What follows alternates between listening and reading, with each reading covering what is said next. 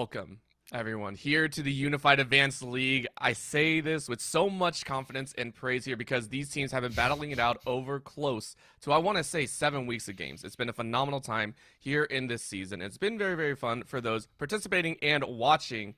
And yet we are here at our first best of 5 series here in the playoffs. We are in the semifinals, 1 week away from the grand finals, and it's down to the wire. Teams getting ready to battle it out and hope they can get a shot at first place. My name is Orbital. With me is Random Minion Caster. You know us, you love us, or hate us. One of those 3. And we'll be bringing you this beautiful, beautiful match between Bethany Esports Black and Purdue Northwest. The caster math is getting kind of sketchy, Orbital, but you were right in saying that 7 weeks. This is week 8 here, 5 weeks of regular season, a round of 16, quarterfinals, semis now. We started with... Don't ask me about math, you're correct. We started with roughly 24 teams. We're down to 4 teams now, and 3 out of 4 teams are college teams here. Unified Advanced League has been taken over by the collegiate scene, and tonight, in our semifinals, we've got Bethany Esports Black facing Purdue Northwest here, both collegiate teams, but very different paths getting here, Orbital.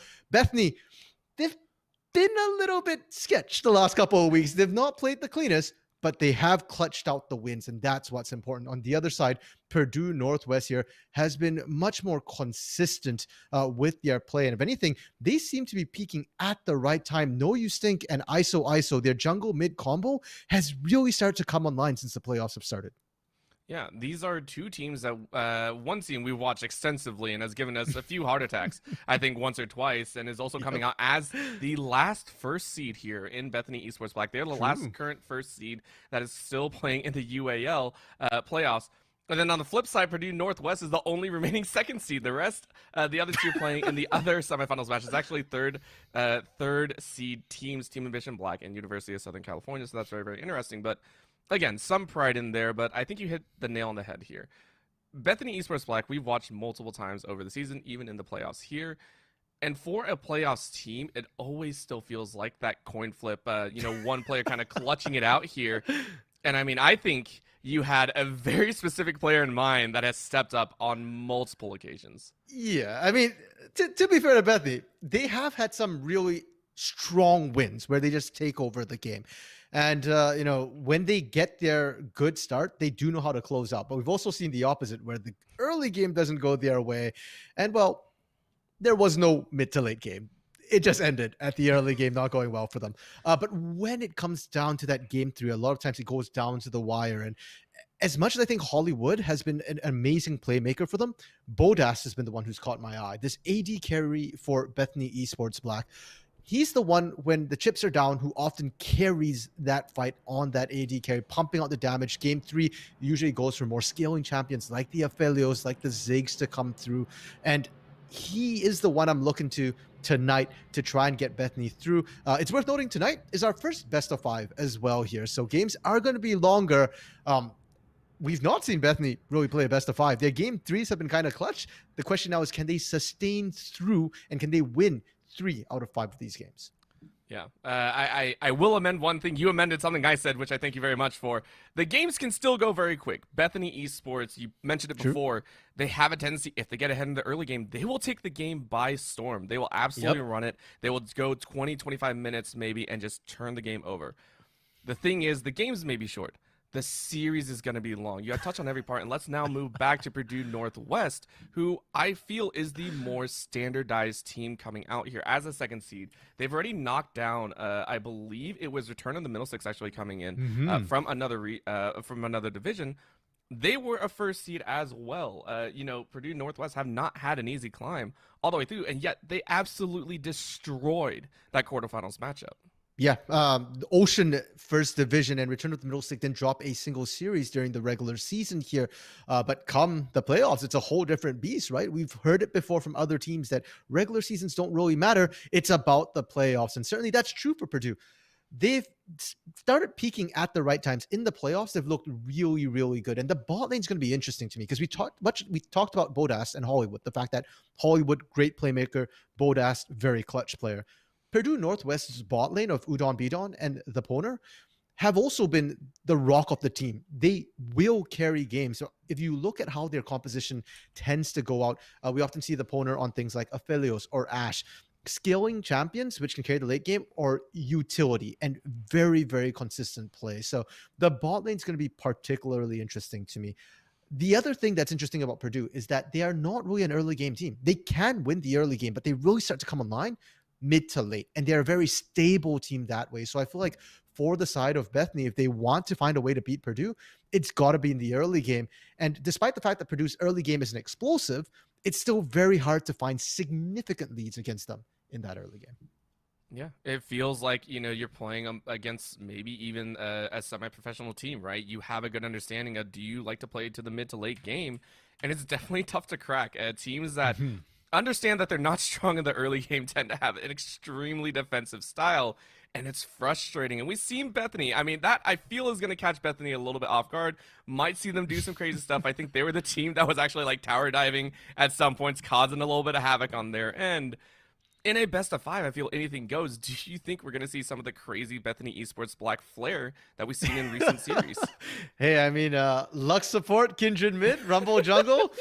Yeah, I hope we get to see some of that, because when you go into a best of 5, there's plenty of games for you to experiment, and being able to vary up your style so much puts a lot of pressure on the other team. But we are into picks and bans here, Orbital, and Bethany going to be on the blue side here, Purdue Northwest red side. And right off the bat, interestingly enough, Zed taken off the table. That's not something ISO has been playing a ton of here in the UAL. Feels like a respect ban, to say the least, saying, look, we understand that you like to play this champion, and we'll give you the benefit of the doubt. The thing for me is always, it's 5 chapters here in this series, 5 chapters of a very long story that can change at the very end, right? No one knows how the ending is going to be. Maybe we see quite a few change-ups in those bans later. However, the Aurelia fired right back to a great 80 bruisers / assassins are now off the table for both sides. Yeah, and the Aurelia ban, I mean, we've seen a lot of it come through from Hanjay for Bethany, but keep in mind Harry plays it as well. So just a good general flex pick to take out. Now, I do want to see the teams get a little bit crazy here in the first game with your picks and bans, because you've got 5 games, you can experiment in game 1. And if the thing with 5-game series is that if something kind of goes off the rails in game 1, it gets kept on the ban list throughout the series, and it effectively shrinks what your opponents can ban out, take out, 1 out of 5 potential bans. Well, what we're not going to be seeing is apparently AD. 3 AD bans thrown into the mix here. Double mid lane bans with, a Yone top. And now the Kindred. Okay, we're just legit. No one wants any attack damage in the game, and they've come to that perspective. I mean, we could actually see the quadruples. No, I don't even want to jinx it right now. Well, Caitlyn gonna be a bit of a switch up. No, okay. Well, either way, they're not really looking at the mid anymore. I think the Kindred ban makes sense. I don't think teams are used to handling a Kindred mid. Like I said last week on stream, I'm actually not 100% sure on how the Kindred mid works. So I understand just removing a questionable variable, which you don't really understand here.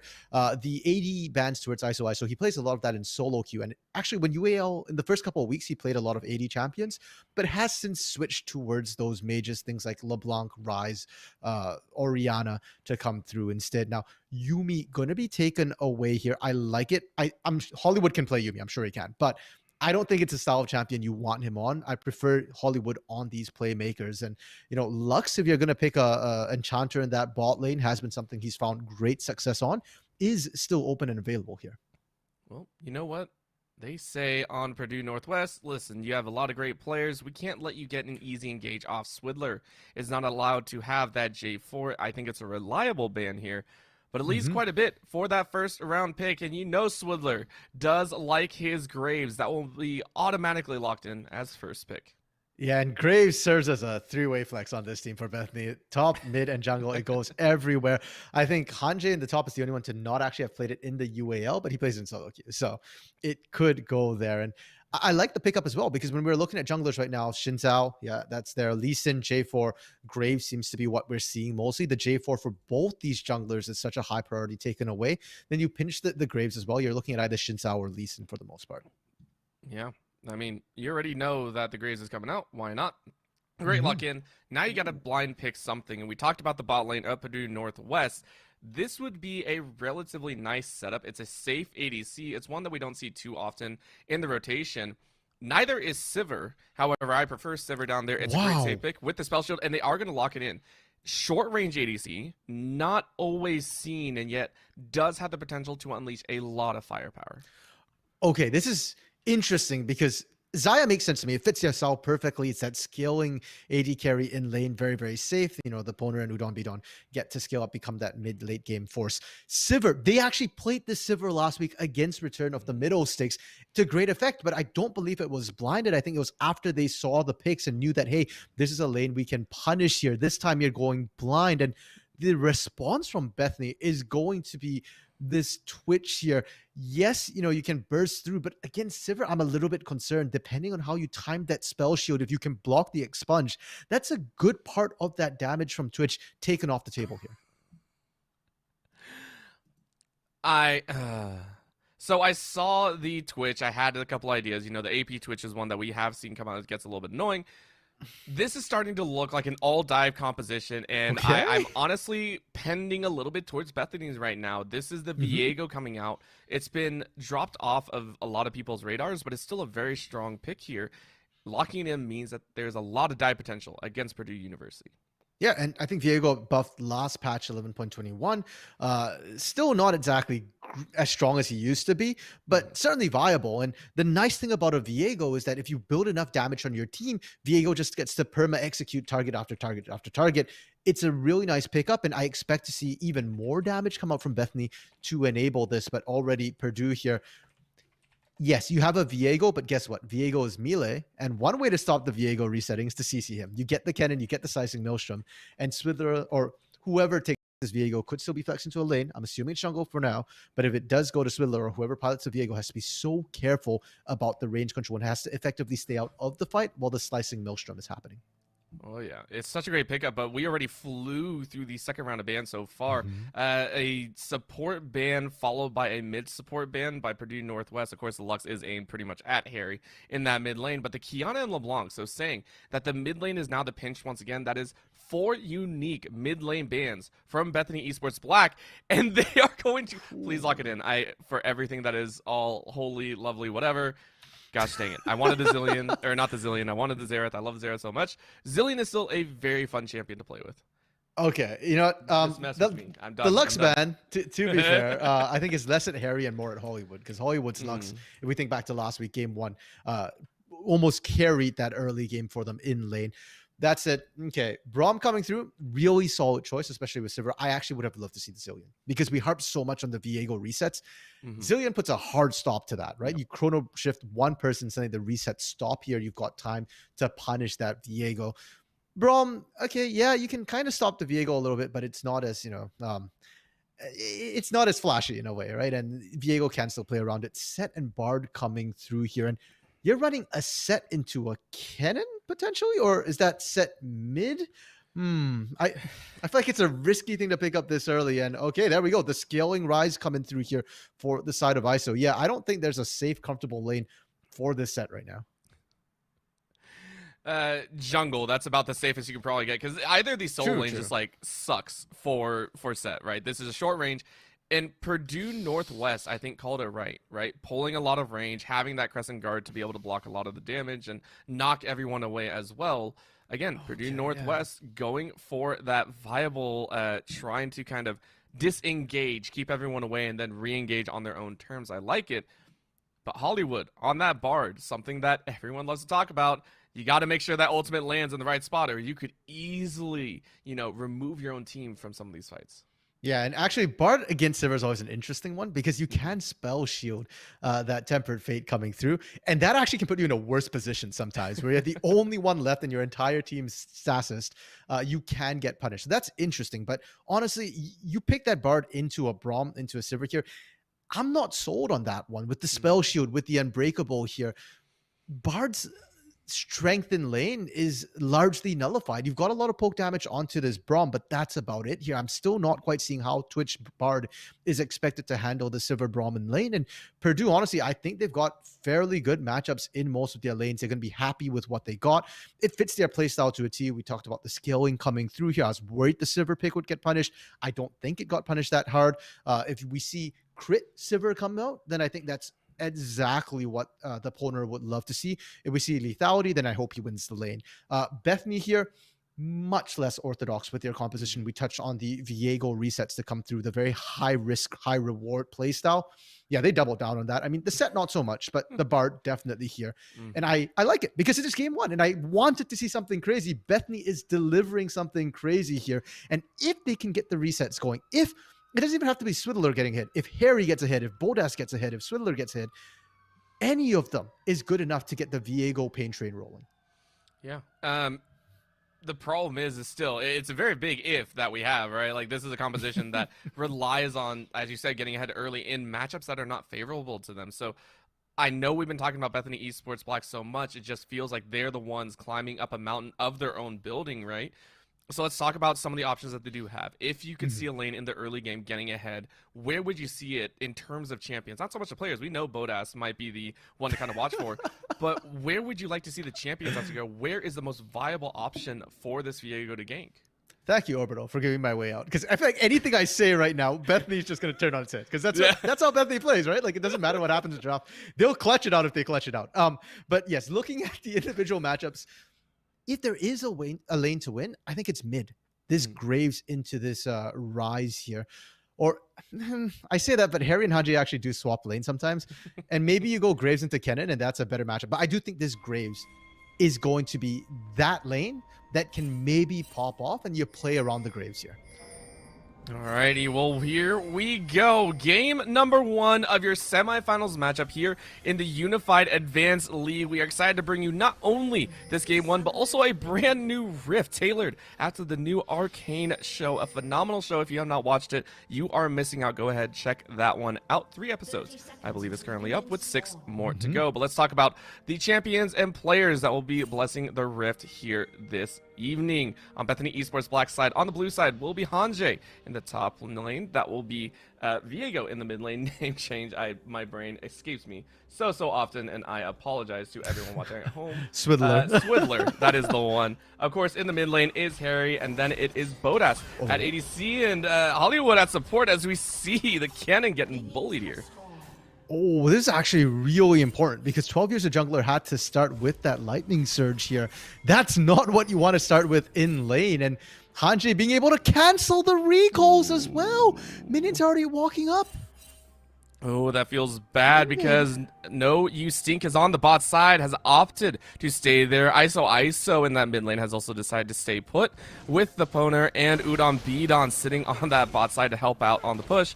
Means that 12 Years of Jungle, like you said, is going to have a bit rougher time kind of sustaining here.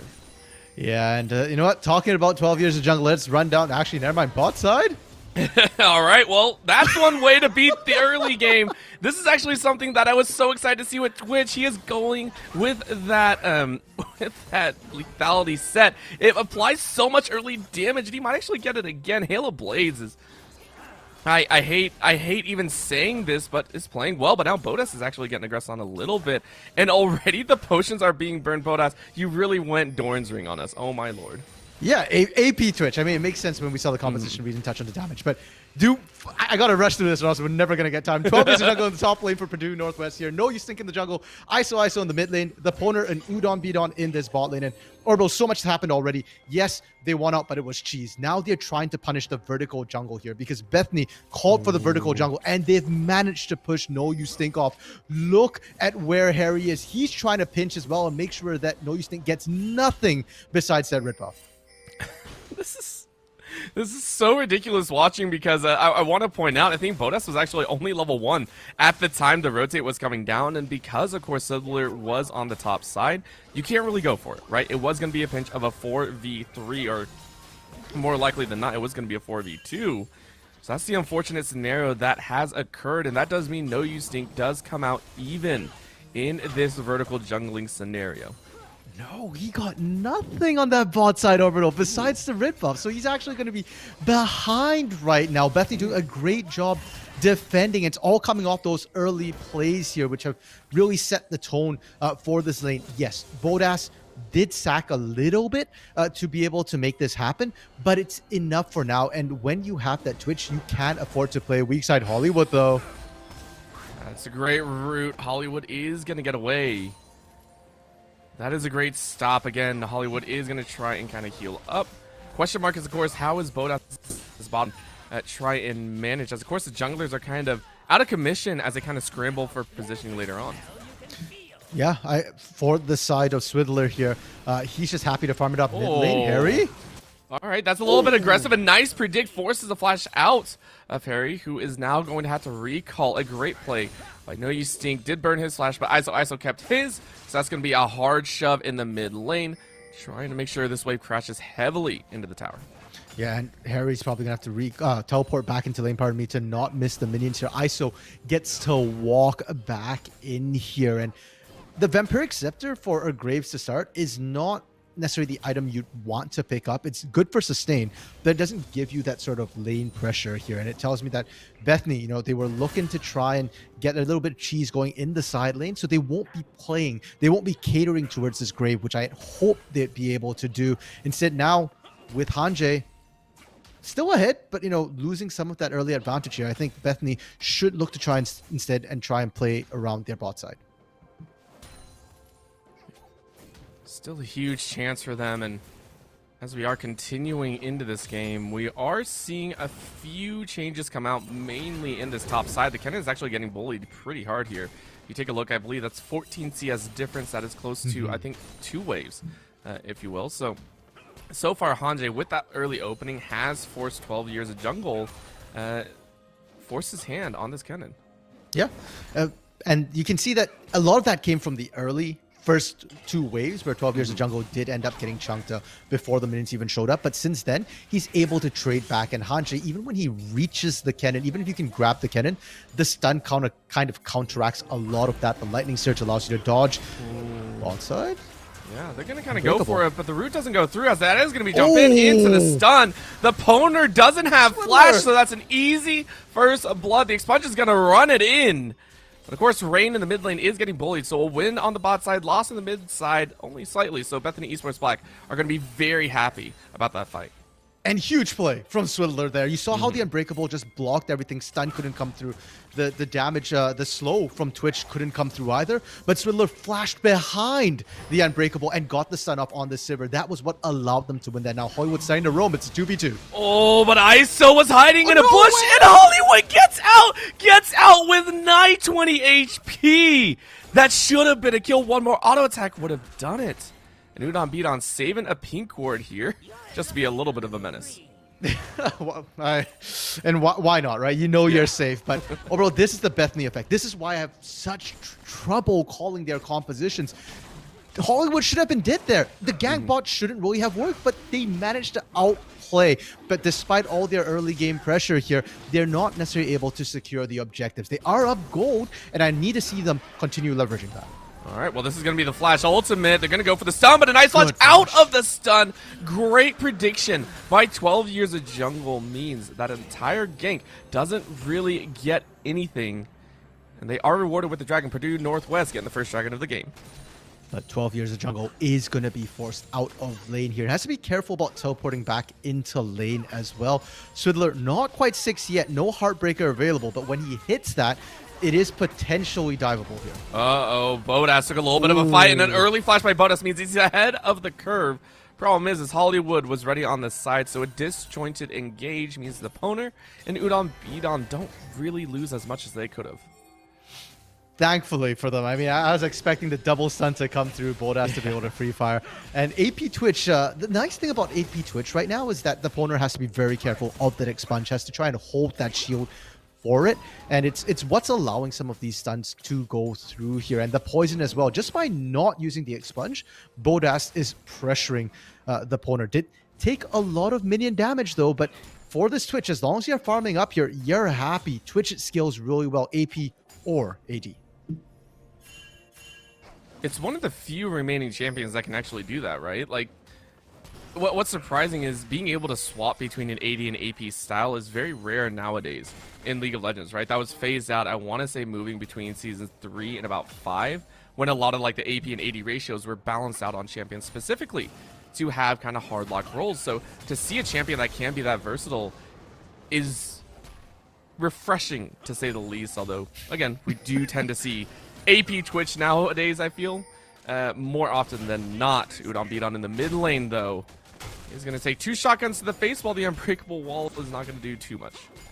Yeah, and while all that was happening, Herald got picked up. They're setting up for a dive here onto 12 Years of Jungle. Yeah, and he didn't get the ults off because it just timed in now, right off a cooldown, as a gank went off. Whether you call it luck or whatever, that is still very, very good. But the opponent actually has to burn that flash and actually walk back in. Is going to spell shield early, and it's immediately expunged out. Great bait by Bodas. Is going to net a massive set of damage. Thankfully, the rest of the team is rotating down. Bodas might be in a little bit of trouble if that Realm Warp gets behind him. Yep, here we go. Here did go invisible already in TP. Oh, but he walks out a little bit too early, and the shield is up. They do get the kill, but can Hanjay get any more? That is going to be the showstopper. Used into a little bit of a stun. One more shot is going to do it. That's going to be a haymaker, taking it a little bit home, but can't get out. That's going to be a late tempered fate.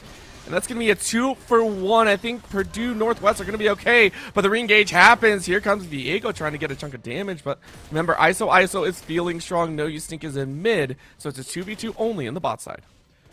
Really good turnaround from Purdue Northwest there, and you're right, you know, Bodas and Hanjay not exactly on the same page. You could have stayed invisible a little bit longer, tried for the alcove outplay, but as it stands, Hanjay going down means that despite the dive onto 12 Years of Jungle, they can't quite finish off the turret. And now mid lane collapse onto Poner should be okay, but gets a little dicey if more members from Bethany come in here. Yeah. It is going to be 3 as the plates are collected, 2 of them, of course, going their way. And that will push their gold lead up into the 2.5 range. Not bad, but not great, right? Keeping in mind that that Infernal Drake was taken by Purdue Northwest. It means these gold leads are going to be shifting ever so slightly, but a nice route into a bit of damage means the opponent is not going to enjoy this. Rain in the mid lane, by the way, is going to get tagged up into the root, into a Glacial Fissure. Flashes and is going to go down. ISO is going to turn it, but an immediate flash over the wall means Viego gets the change up. That will be a 1-for-1 in the mid lane to even out their gold, but the bot lane is going to go in favor of Bodas and Hollywood, who go ahead and pick up their second plate off the bot lane tower. And Swidler's running in looking for Udon Beaton as well. Yep, and that's going to be the wall up. Means Udon Beaton is only going to stick away from that. Actually, okay, the sponge, I don't think he meant to. Still did a good quarter of Udon Beaton's health.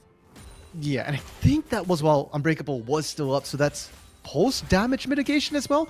That is definitely a scary thing to see here. And for Bethany, while they're not always able to convert these kills, look at what they're doing. Every time they make these plays, Purdue has to back off the turret. They're prepping all the turrets to fall, and we're not even at the 14-minute mark yet. 12 Years of Jungle walking right into Hanjay. Oh, man. 12 Years of Jungle is continuing to get bullied so hard in this top lane. And keep in mind, Hanjay actually teleported bot, and yet that the CS discrepancy has started to expand even more. Now to 25. Yeah, and that's the thing about Kennen. You actually win this matchup by spacing and having the proper range here. Anytime Set goes on you, you stun him, walk away. But if you're walking into these bushes, walking to these blind spots, if you're gifting yourself up on a silver platter to the Set, then, well, yeah, he's going to win those trades. He wins any trade where he can force you to fight with him.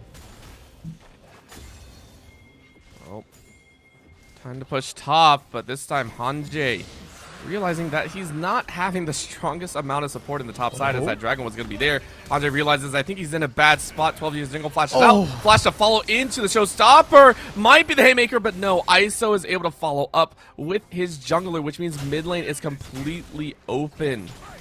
Beaton is going to try and block a lot of this, but again, Swidler is here, trying to change it up. Udon Beaton dodging on a lot of damage, but is going to flash out into Glacial Fissure. But a nice follow means Swidler is going to take him down low, but no minions means Hollywood is going to take one tower shot.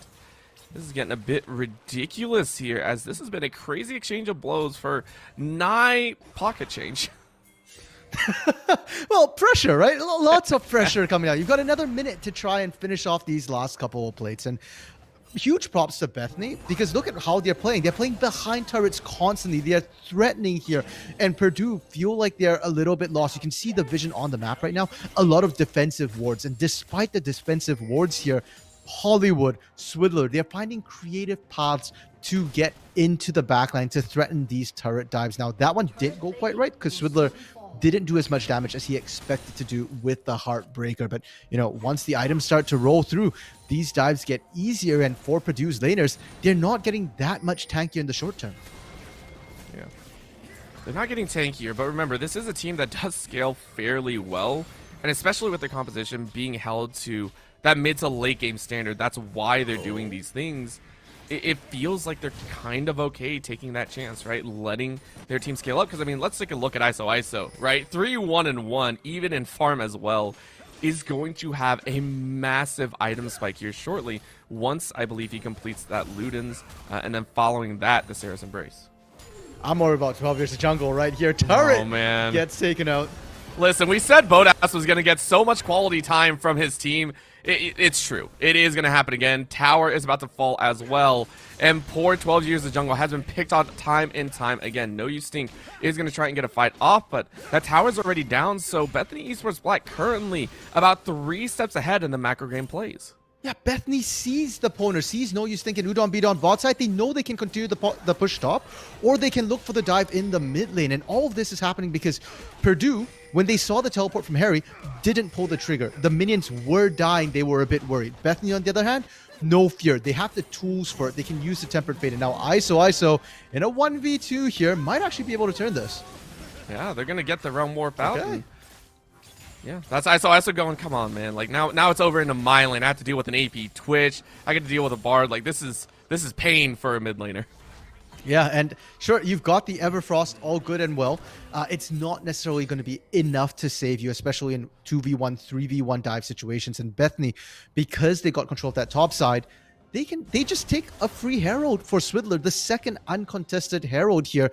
And for the side of Purdue Northwest, they couldn't answer with a Dragon on the other side. They barely answered with a turret on the other side. And in about minute 45 seconds here, I expect to see Bethany do exactly what they did topside, except invert it. Send it down to the bot lane, get the numbers advantage, get control through that bot lane, and then secure themselves a second Drake. It's definitely a chance. I mean, to set that up early, you have just about a minute and a half, so we should start seeing wards go down here. With it being a Cloud Drake and Cloud Soul, it's a kind of a question mark, right? Like, do you really want to go for it, or do you want to kind of go for these kills? And between the two mid laners, they say they want blood and kills. They go ahead and trade decent bits of damage, but it is going to be Harry, who's actually sprinting away. A flash in. ISO trying to tricky Rise play. Can't have it happen, but still wins that duel. Bodas actually turns it around. The Poner, I think he already used the spell Shield, and that's going to be Bodas trying to get a bit more damage down. I don't know if he was able to correctly spell shield the Expunge, but living on a prayer right now. Another bit of tag damage. Yeah, he did manage to block it here, and the minion damage really hurting out on Bodas. Bodas out of mana as well, has to reset. That bot side, Harry was so lucky ISO didn't proc that phase rush. If it had gone off, he was dead to rights. But as it stands, Bethany losing control of the Dragon Pit 30 seconds before. They were just clearing out vision, just setting up some of their own, and all of that, or most of it, is about to be undone right here. Purdue Northwest, we've not seen them go for a big 5v5, and now with that Dragon coming up with control here, I want to see them look for that big pick. If you can get the initiate with Udon beat on, if you can let the Poner just free fire, get those bouncing boomerangs going, you can absolutely shred through the entirety of Bethany here.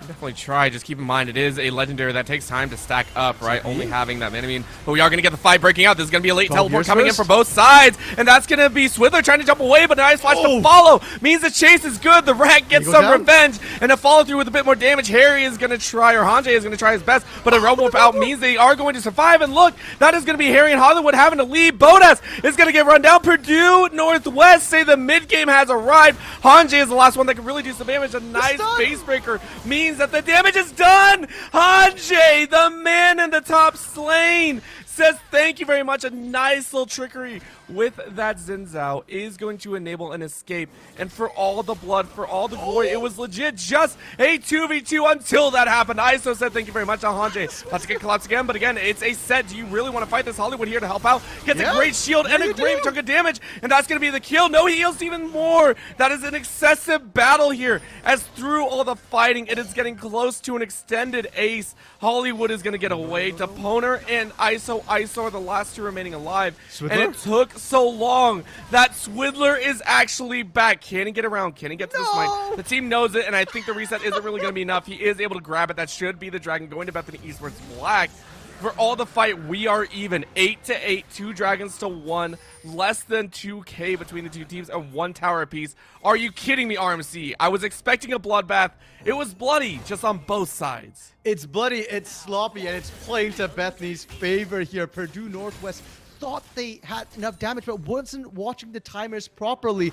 And Bethany thanks them for that leash there. It's a free Dragon, right? The moment Swidler comes in, he takes it. So after that fight, as it stands right now, we can see that Purdue scaling is coming online. The team fighting is still strong as well. Bethany had to split, and Hanjay carried the bulk of that fight. He sat in the middle between both sides of Purdue and almost managed to win out there. So Bethany's still strong for now. They caught 12 years.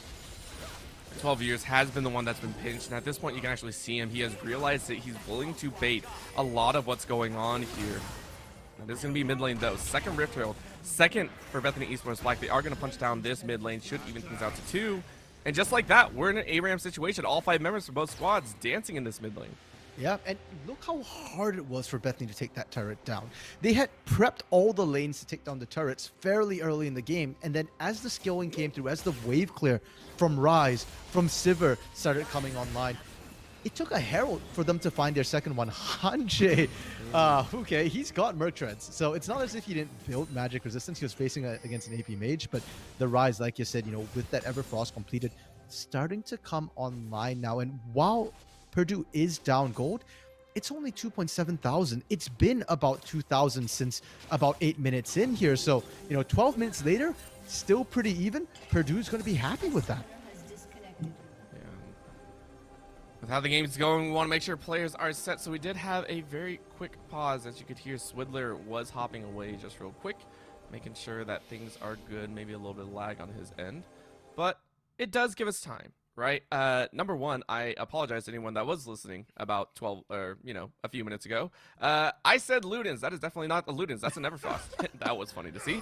But we are right back because that's all I wanted to do. I wanted to apologize. You know, casters make mistakes. That's all. That's actually what the pause was for. It was great. Thank you very much, Swidler, for giving me that chance. Anyway, getting into it, still crazy amount of damage right now coming out from ISO. ISO 5, 1, and 2 already building into an excess of other items. This is getting ridiculous. This Rise is going to power through a couple teams. Yeah, and I think he's looking to complete that Terrace Embrace as well, which will be a massive power spike for him here.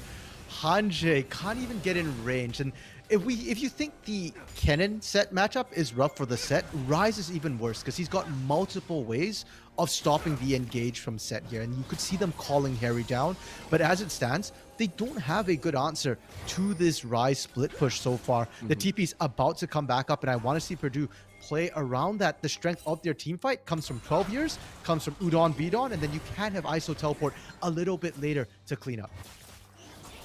I mean, it's not so much cleanup. They just need to survive, it feels like, right? Taking a look, ISO has completed the Saracen base Embrace plus that Everfrost, right?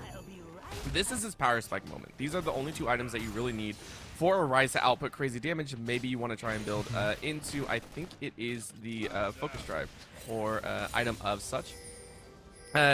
He gets excessive, right? He gets excessive. Already 686 on those crit bounces. At this point, I think you're right. They have to send at least 2 if they want to deal with ISO. Yeah, but if not, you have to pretty much outplay him here. And for the side of Bethany, the lead they got came from early good rotations, right? Where they had the lead, they knew when they could dive, they could find the isolated targets. But with the turrets starting to go down here, every lane has extended. They didn't get the bot lane turret, but Purdue did. So that's a long lane as well. And you can see Bethany is now struggling to try and find the same picks. Purdue is grouping up better here. And so for Bethany, they're now switching towards that reset style with Viego. And so far, Swidler has not been successful when being able to get those chain resets going in the bigger team fights.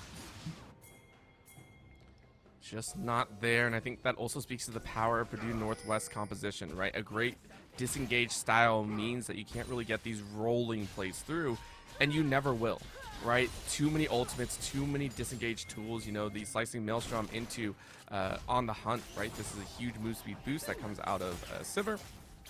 You won't have it unless Bodas, for some reason, finds an excessive rat-a-tat or spray and pray, whatever you want to call it.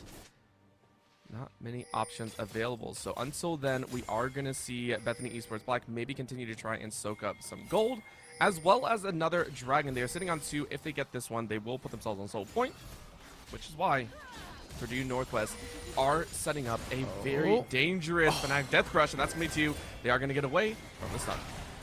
TP being called down from 12 years as well. They're looking to make this play happen, and it's perfect timing. Dragon comes up. Look at Bethany's vision in that Dragon area. None. They're walking in fairly blind here, and they have to be so careful. Dragon's already gone. Between a Lethality Sivir, a Kennen, a Xin Zhao, and a, like, that was spawn dead. I want to say about 3 seconds was all it took. Right? That's an excessive amount of damage, and realizing how quickly they took it, Bethany Esports Black want nothing to do with that mid lane. They immediately scattered towards the Baron Pit. Yeah, and that's the problem right there, right? The moment they push back that far, they just weren't in position. Hanjay taking damage. Great spell shield, and that means that's the only one besides the Maelstrom and a flash. Means that is going to be stunned out, and look who is in the backline. 12 years of jungle is going to sacrifice his life to be able to manage getting everyone else out safely. And for all that happened, it is actually a win for Bethany Esports Black. But what more can they get? That's a great double stun over the wall. A little bit of flash messes up, and that's going to be the Crescent Guard, keeping all of them alone. And that's going to be a flash in. Swidler is able to get a shotgun full of the Xin Zhao, followed through with the Showstopper, but a spell shield. Hanjay is now going to eat 2 tower shots. Udon Beaton's going to pick up that kill. And now a little bit of a root back. ISO picks up a 6. And this is the cleanup that you were looking for, RMC. This is Purdue Northwest taking home 3. And to be fair to Bethany, they're the ones who pulled the trigger. They're the ones who decided to go in there. And a beautiful spell shield from Honer here with the Sivir pickup. I had questions about it, but right now it's paying dividends. They're eyeing the Baron here. And this time, No Use Think will be up before Swidler. No Tempered Fate for Hollywood either means that an attempt to stall is not really viable for Bethany. Have a single chance. Baron already down to 4K. I mean, unless Hollywood gets a random Q off. It's a little bit of a stun, but again, it was only catching one player. That is going to be the Baron. Only going down, and that is all 5 members of Purdue Northwest. They weathered the early game, and I would say amazing fashion. And are now going to get the chance to push with a 5-man power play. Bro, if we look at how that last fight went there, Purdue did not win it. Not by themselves. They won it because of the turret and because of the way Bethany got split by that turret. But you're starting to see the skilling come online. And if 12 Years of Jungle actually has backup the next time he engages, if they can combine that with the Glacial Fissure there, I think Purdue can win the next fight. And so Bethany here, despite still being up a little bit in gold, have to be very, very careful. That said, for Bethany, their win con continues to be the same. Pull apart Purdue here. That's how they're winning. Hanjay takes so much effort to kill, and Bodas and Harry, when they're untouched, when they're not being threatened, can still pump out a lot of sustained damage. So it feels like both teams have their win conditions, their execution that they need to perform. But Bethany's is a little bit harder here, and they've got to get the right people isolated. On the hunt. Yeah. Isolation, no one really cares about right now. Everyone's just trying to scramble for position. Oh, that will be No Use Think getting caught, and he's going to use the Crescent Guard, knocks everyone back. Glacial Fissure is also going to be used, so we're great. Disengage. I think that's 2 ultimates for 1 on the side of Purdue Northwest, so they will not have either of those repositioning tools. 3 actually, with On the Hunt being popped early for the engage, even though it wasn't exactly the most useful disengage tool. But for Purdue, that's fine. They're okay blowing that because they're buying time for ISO to push this top side with that Baron buff. And remember, we said, right now, no one can match ISO in the 1v1 here. So the longer you're buying ISO time, the better it is for you. Ooh, but this is going to be a collapse on Purdue Northwest side. A great root comes out, but immediately out. Viego is going to get chunked down. One more zap is there. ISO is unstoppable, and now it's going to be another. The set is now going to slowly be burned down. They don't even care about the Haymaker. A nice strong warp keeps everyone out and alive. That will be Purdue Northwest taken to home in dominating fashion. Bodas wanting a bit more, and the burn damage might be enough. The Poner is slowly sinking down. He might actually die. No! One more tick would have done it, so the Poner is allowed to live.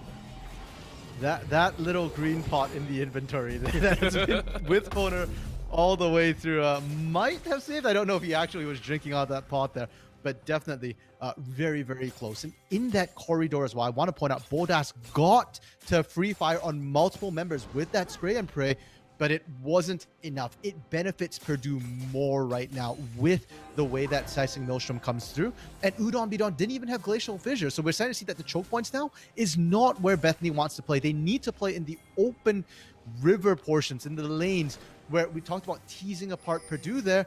It's easier in the lanes than it is in the jungle, where instead of getting teased apart, Bethany is being forced to clump. You hate that so much if you're Bethany Esports Black, right? And even though they do have some of that damage, right? I have to agree, they're the ones getting corralled. They're the ones being forced into these, narrow corridors, which means that they can't chance it. Purdue Northwest have complete control over the Dragon Pit. They do give it up because, again, it is a cloud, but that is 24 ability haste for champions that really like to utilize their ultimates, right? We were talking about the fact that it was 3 ultimates used to reposition. Gonna be up way faster each time in ISO. Actually getting spotted. I don't know if Andre really wants this fight, though. It's gonna be a duel back. Everfrost is gonna be there. Oh, but he walks into the center. Means ISO does have to run, but the Temper Fate is gonna be flashed out of straight back to the team. Hanjay not gonna enjoy this, but you're getting pinched. This is the pincer. I think that's the wrong move, and that's the showstopper. ISO secures his own death as well as potentially his junglers. That's gonna be Udon Bidon walking in. RMC, I know it really hasn't been Purdue Northwest always in the driver's seat, but it's felt like it the past few times. But the clutch factor, you said it, Bethany Esports Black always seem to find these random lucky picks. Yeah, and that's one of the things when you pick a playmaker like Bard here, he affects you from half the map away. You don't see Hollywood, but you certainly see the Tempered Fate. They blow the flash, they get the kill. And for Bethany, this was a critical pick, not because it gives you any objective, really. It's actually very difficult for them to push, and no Dragon, no Baron, but more to show that you can still bite back here. You're not completely on the back foot, and this is how Bethany comes back in rough games. Now, they're looking to see if they can 12 years as well here. Ooh, great flash into the sun as well. 12 years of jungle does have his flash up. He's going to give it his best shot, but the rest of the team is here. Flash, but his team was there, so a little bit disjointed on who was going for what. TP? I feel that could have been turned around. ISO? They're going to TP in the back. They're going to try and crawl down. Bethany Esports Black are going to try and maneuver out. It's going to be a 3-on-5, but that's immediately running into the enemy, so a split fight means that Swindler might be caught here. A nice knockup from the Zinzao means that it might be caught, but again, Hollywood over the wall is going to try and slow everyone down, but the showstopper on the flip side, we are going to watch another fight break out. That will be 2-on-2 round warp. He is going to use to keep ISO alive, and for all the battle, for all the fight, for all the blood that is shed, no one will fall. Everybody just dogpiling in there, and for Purdue, that was massive. They lose 12 years up there. They will lose control. Baron was spawning in 30 seconds, and by the time 12 years is back up, he has teleport, but no Slicing Maelstrom. It would have been a very rough position for Purdue as it stands, so both teams have time to go back to set up once again for this Baron here. And overall, it feels like they're teasing us a little bit. That fight in the jungle was everything that could have been, and we touched on the fact choke points favor Purdue. The next fight's going to be an open river around Baron instead. Bethany still have a shot here. Feels like the window of opportunity is also pretty large, depending, because we see the 3 items on Bodas right now. We have talked a little bit about the AP Twitch. This is an excessive amount. He just finished his Rabadons. So 3 items deep means that he will get a purse on the Poner. That will be a great spell shield to keep it down, but no, you think it's going to try and go in. Who is going to get the fight? Both junglers are in. It's going to be one more, and it's going to be stolen! It was taken! That is going to be Purdue Northwest. How many are they going to take? They're going to keep fighting. They're going to keep chasing. They are going to get the kills. Purdue Northwest take a commanding Baron fight. They only lose no use stink for this. They have Baron buff. They can push in and look to try and end here. 25 seconds on Hollywood, but that's just a support. It's going to be another 30 before Hanjay is up here. And Purdue, so patient with it here. They skilled up. We talked about how stable they are early. They held on. They're mid. They're late. They're in their comfort zone. Curious to see how long it will take. There's still 15 seconds. They are going to realm warp. This is the trick you love to see with Rises. They are going to chase it. It's only Hollywood. He has no Temper Fate. The towers are going down so quickly. This is going to be game Purdue Northwest. off of a beautiful Baron fight are going to take game number 1 in 33 minutes. Orbital, Purdue won, but it wasn't easy for them. Bethany, we talked about how good their early game is and how, if they want to win, it's through the early game. Well, they won the early game. They were dominant in the early game, and that is still a threat. You could see how close it was. If they had won that Baron fight, maybe we'd be calling a Bethany win right now for game 1. That is how close it is. And for the side of Purdue, this is their first taste of Bethany here in UAL. They won, but they do have to be careful. And for Bethany, one of the things I respect a lot about that team is how their compositions and drafts can change from game to game. They have very deep draft pools to come out. And so I have very little doubt that they can make some changes here. They went for a very high risk, high reward composition this time. It didn't pan out. I'm expecting to see, maybe a bit more stability coming out of the solo lanes. Maybe you put a tank somewhere where you can soak the damage instead of just getting run over at these major objectives. Gotta agree with you. We'll see what they can pull out again. That was just game number 1.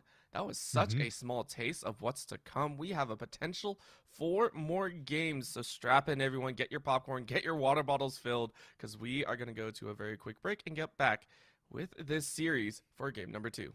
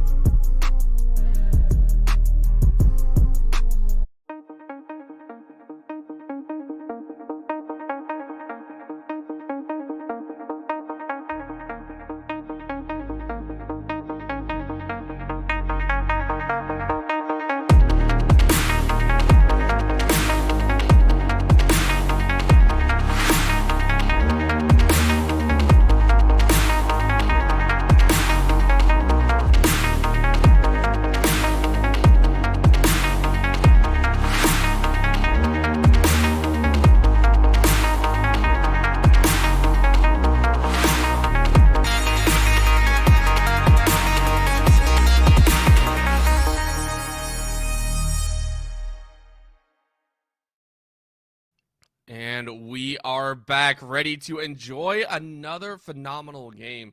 Bethany Esports Black, who controlled the early game, but one crucial misstep cost them the game, and Purdue Northwest to see that misstep and to be able to capitalize in a phenomenal way to end game one. I could not ask for a better introduction to both of these teams. I think that's the best way to put it. And overall, this is why we keep coming back to Bethany, because their games are exciting here. And it's not mechanical problems. Their mechanics continue to impress. I honestly didn't think their lanes would go as smoothly as they did. Hanje in this set versus Kennen matchup looked very, very good.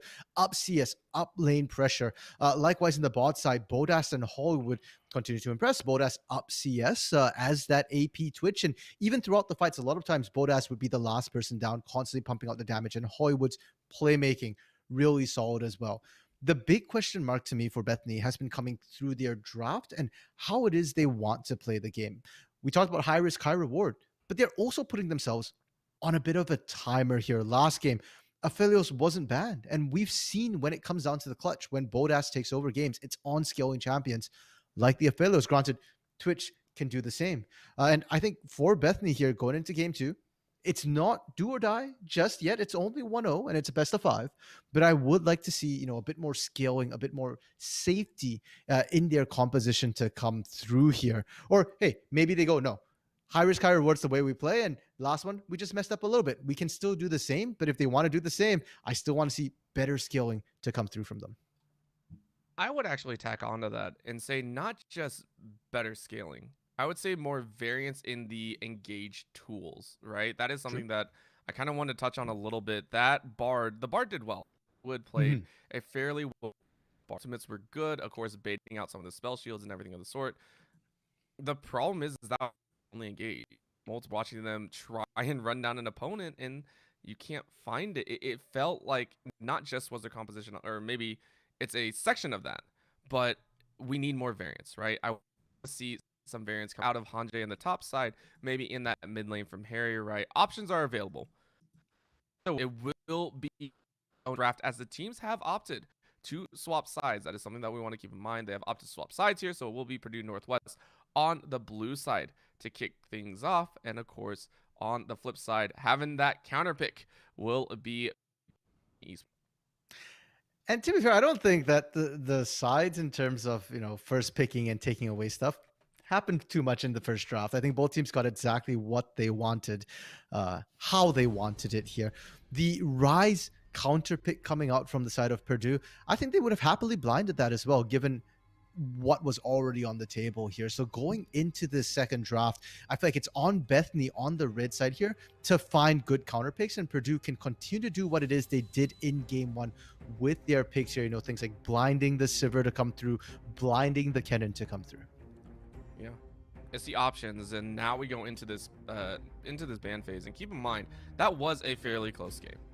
Make no mistake, that was a game that only hinged on a single fight. It was not like Purdue came out storming out of the gate.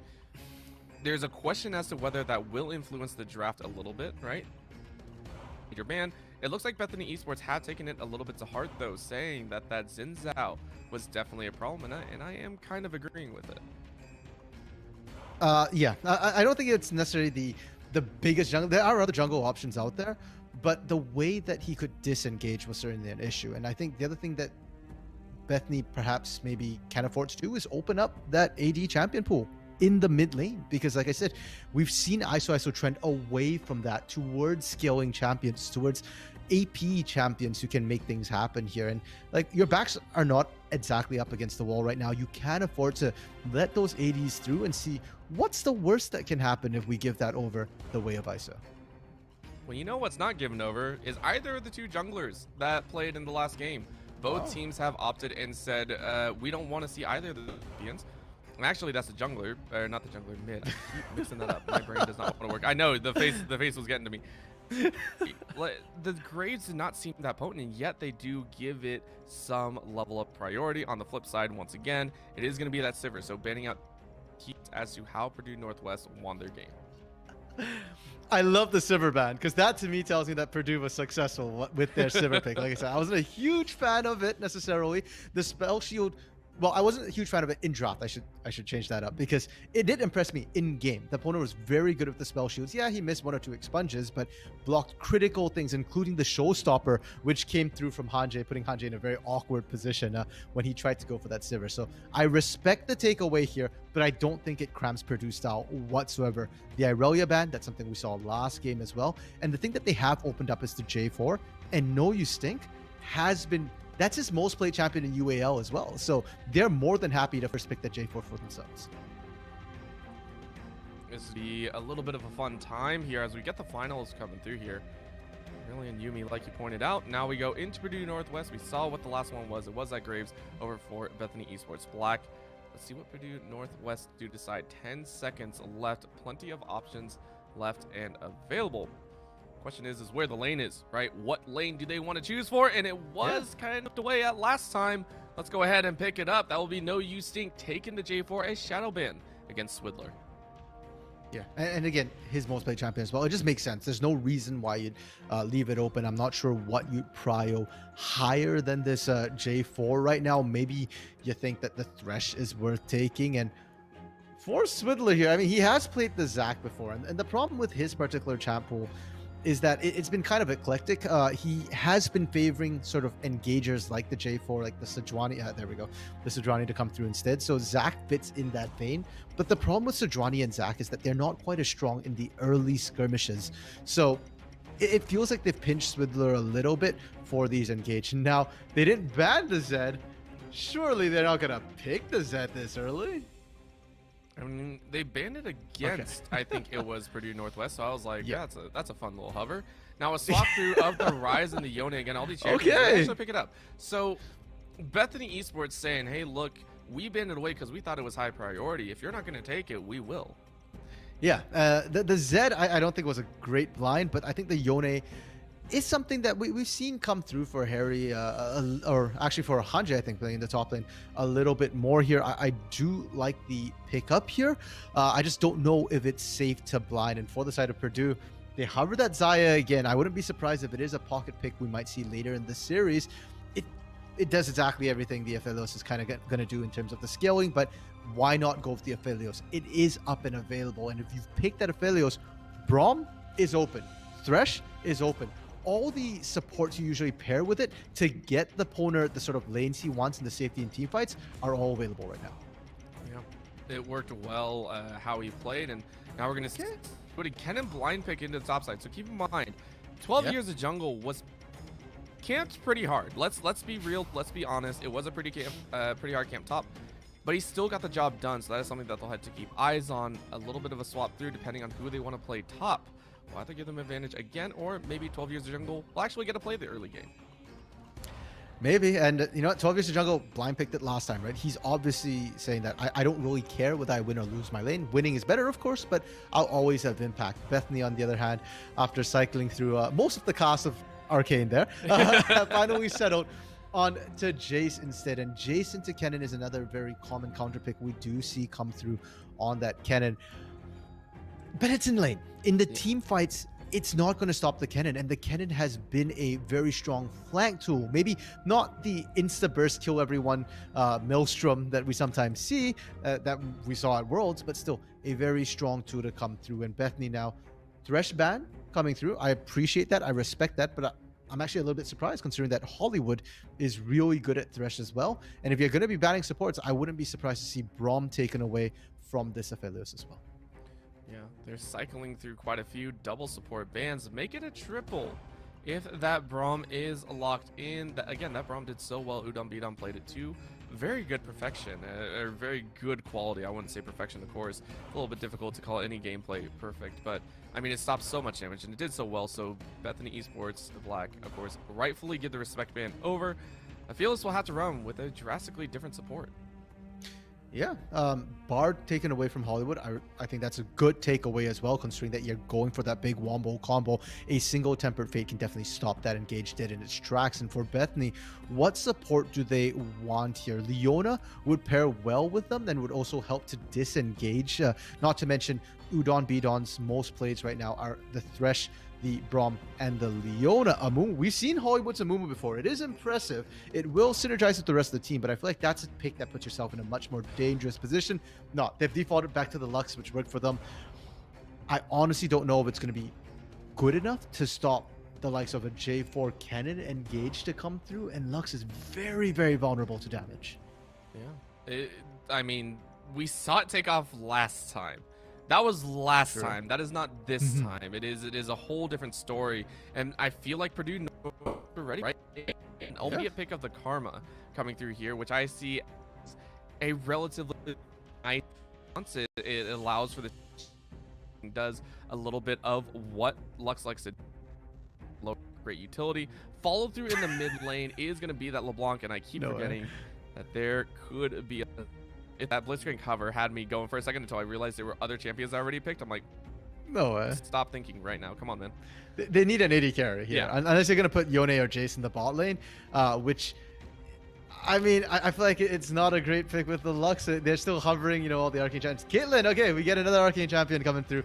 It is going to be Caitlyn in the bot lane against the Aphelios. I quite like this matchup. We saw the Caitlyn Lux last week coming through from Bethany, and it's an impressive lane. I am so glad it was the Karma to come through from Purdue so that they can at least try and match some of that poke. And the shielding, pardon me, as well as the speed up is nice with the Aphelios.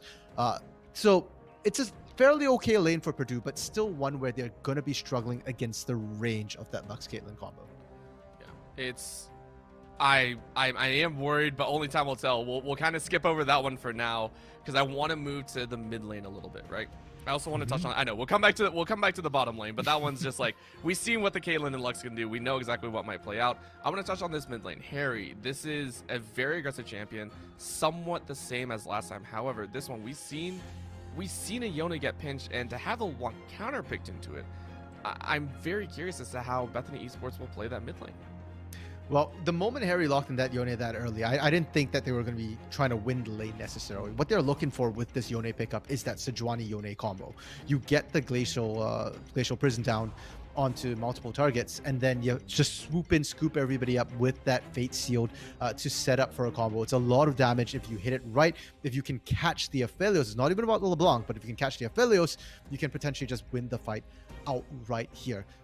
The pressure is on ISO to dominate this lane with this LeBlanc pickup here, because if you set that Yone far enough behind, even if he gets a perfect ultimate, it's not going to necessarily win the fight for you, pardon me. And LeBlanc has all the tools you need to go up against Yone. You've got the mobility so that Yone shouldn't be able to get his combos off onto you. You've got the range advantage as well in the early game. Your skilling is good. And if anything for Bethany right now, Harry just has to survive. And it is a bit of a tall ask against the likes of a J4 and a LeBlanc. Yeah, I would not like to be the Yone. Let's just put it that way. I would not like to be the Yone. This is Sejuani's going to have the pick of the litter, though. A nice little setup between the mid and top. Great melees to kind of patch through as well. And the Jace with the... We might be seeing some 2v2s. I mean, is that something that Bethany will play? Or is going to have kind of a bit better run-of-the-mill choice of where the proactivity goes?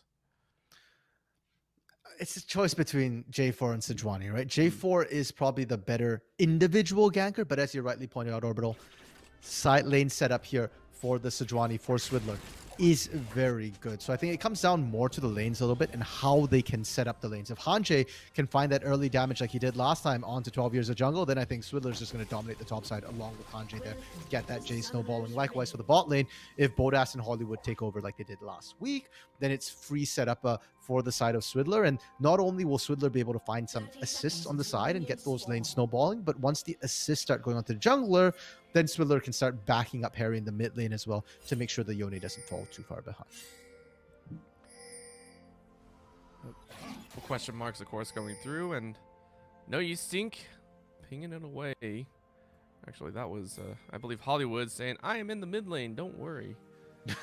Either way, again, keep in mind, Purdue Northwest did win game number 1, so Bethany Esports Black hoping to put a win on the board here in game 2. Before they get close to getting 3-0, that is not a situation you want to be in. You do not want to be playing for your series life at game 3 because that pressure can easily cause you to fold. Well, you know what? It's Bethany. I don't think they fold under any circumstances. This team is incredibly mentally resilient. And even in this game two here, we're not seeing as crazy shenanigans coming through in that level 1, but we are seeing Hanjay sneak into lane here, trying to see if he can find Kennen. Because much like the set here, if Jace gets to pick his engage, gets to, get in there when he wants to get in there, he should be able to win that. And you can see the missing pings come through because they had vision on Swiddler, and they suspect that Swiddler didn't get the leash. Ooh. That's just already put down on the Poner, and that's not a trade you want to take at level 1 against a composition that specifically has more range than you. 50% HP. Did start that dagger in 3 though, or not the dagger, longsword. Man, I'm not on my game today. That sword and 3, now down to 2, and it's probably chugging a second one here. Even after chugging the potion at 50% HP, it's still down at 50% HP. Oh my goodness, oh, a man. flash! Oh! The predict almost happened, but just shy. So Hollywood making it tough for Udon beat on in this lane. Yeah, really good reactions there to dodge that out. You could see the trap coming out immediately from Bodas there. There's a lot of trust between Hollywood and Bodas here, and if it had landed, that would have been first blood right there. And only the supports who have blown their flashes right now, so we might still see very aggressive plays to come out, but Bodas, Hollywood, I like that they're putting out the damage already. What they do have to keep in mind, though, is that once they're out of pots, Aphelios can still heal up with Severum. Udon Bidon can still heal up with that Mantra Tether here, but Lux and Caitlyn have no innate sustain. Yeah, they really don't, and we might start seeing here, like you said, Hollywood taking a big chunk of damage. Bodas seeing a full of damage straight into the Boner's face. Both ADCs now down below 200 HP and out of potions within the first 3.5 minutes. We said bot lane was going to be spicy, Orbital, especially, with these sort of not really enchanters, but almost more mage supports coming through. They're not buffing up their allies. They're here to poke and do damage right now. And the damage is kind of sticking. Hollywood landing more of the poke right now. And let's keep in mind, too, the difference in summoners. Poner running cleanse, great if you get caught. But Bodas running heal means that they win these extended trades. Oh, that flash for Flash actually gets tagged. Can the shield help? Yes, it does. Now they're going to try and turn it around again. Keep in mind, Swiddler has no help. He is going to get exhausted. One more auto attack gets it. Oh, man. A little bit too aggressive. The greed coming out of Swiddler is going to allow the opponent to get first blood. And all of Bodas and Hollywood's poke is all for naught now. I mean, come on, Overall. You really call that greed? If I was Swiddler, I'd have gone for that too. Poner was living on a hope and a prayer, but Severum was up, the lifesteal was up, and the tether in the middle of the Krugs, that was beautiful. Swiddler got stuck there, couldn't even queue over to get the kill, and was taking damage the entire time. And for Bethany, I respect the early play, the attempt on them, but it backfired, and now Hollywood's in trouble. Everything's going to backfire here. Hollywood is now going to get rooted down. Kill granted to No Use Sync, but a turnaround. The combinations. One more auto attack takes it. So Bodas is now going to have red buff and a level 4 auto attack, but the trades are going a little bit quicker. But you can't chance it, right? This is a Caitlyn following through. ISO in the mid lane is getting some damage, but that's going to be the Graviton. This should be an easy kill. Flame Spitter, though. That is going to be a little bit of damage going through. One more is going to take it. That's going to be the auto attack. And now, again, Swiddler's back for more, but I don't think he wants it. Now it's the double buff of Aphelios versus a Sejuani. One more rotation of spells means that will be the Poner making it 3-0. Bodas is only getting 1. Purdue Northwest off to a fantastic start in the spot lane. That was so close, Orbital. 2 more autos from Swiddler, and that fight would have turned. But as it stands, buff transfer is complete, and Hollywood in the middle of minions. Oh no, that's just a couple auto attacks, and the burn is there. That could be enough. That's gonna be the chakra taking it. All right. This is officially danger. Purdue North, Aphelios the ground. Okay, this was not what I expected when I saw these compositions. I mean, we've seen Purdue take it nice and slow before. This is another nice and slow composition. Bethany, with their comp, I thought they would be the ones winning the side lanes, but it's been bot lane action. TP even being called from Hanjay here. All right, they're going to give it a shot. They are going to get a little bit of a root, but they went on different targets. No, you can't have it happen. Oh no, another root, another double stun. Swiddler has to run. That's going gonna be dashed in. ISO picks up a kill, but that's gonna be a quick brute stun. But under the tower they go. 12 years in jungle says, I want a piece of the action too. Purdue Northwest, a team we said was mid to late game, take the early game by storm. Why, Orbital? Why? I am so confused. Why all the TPs into the bot lane?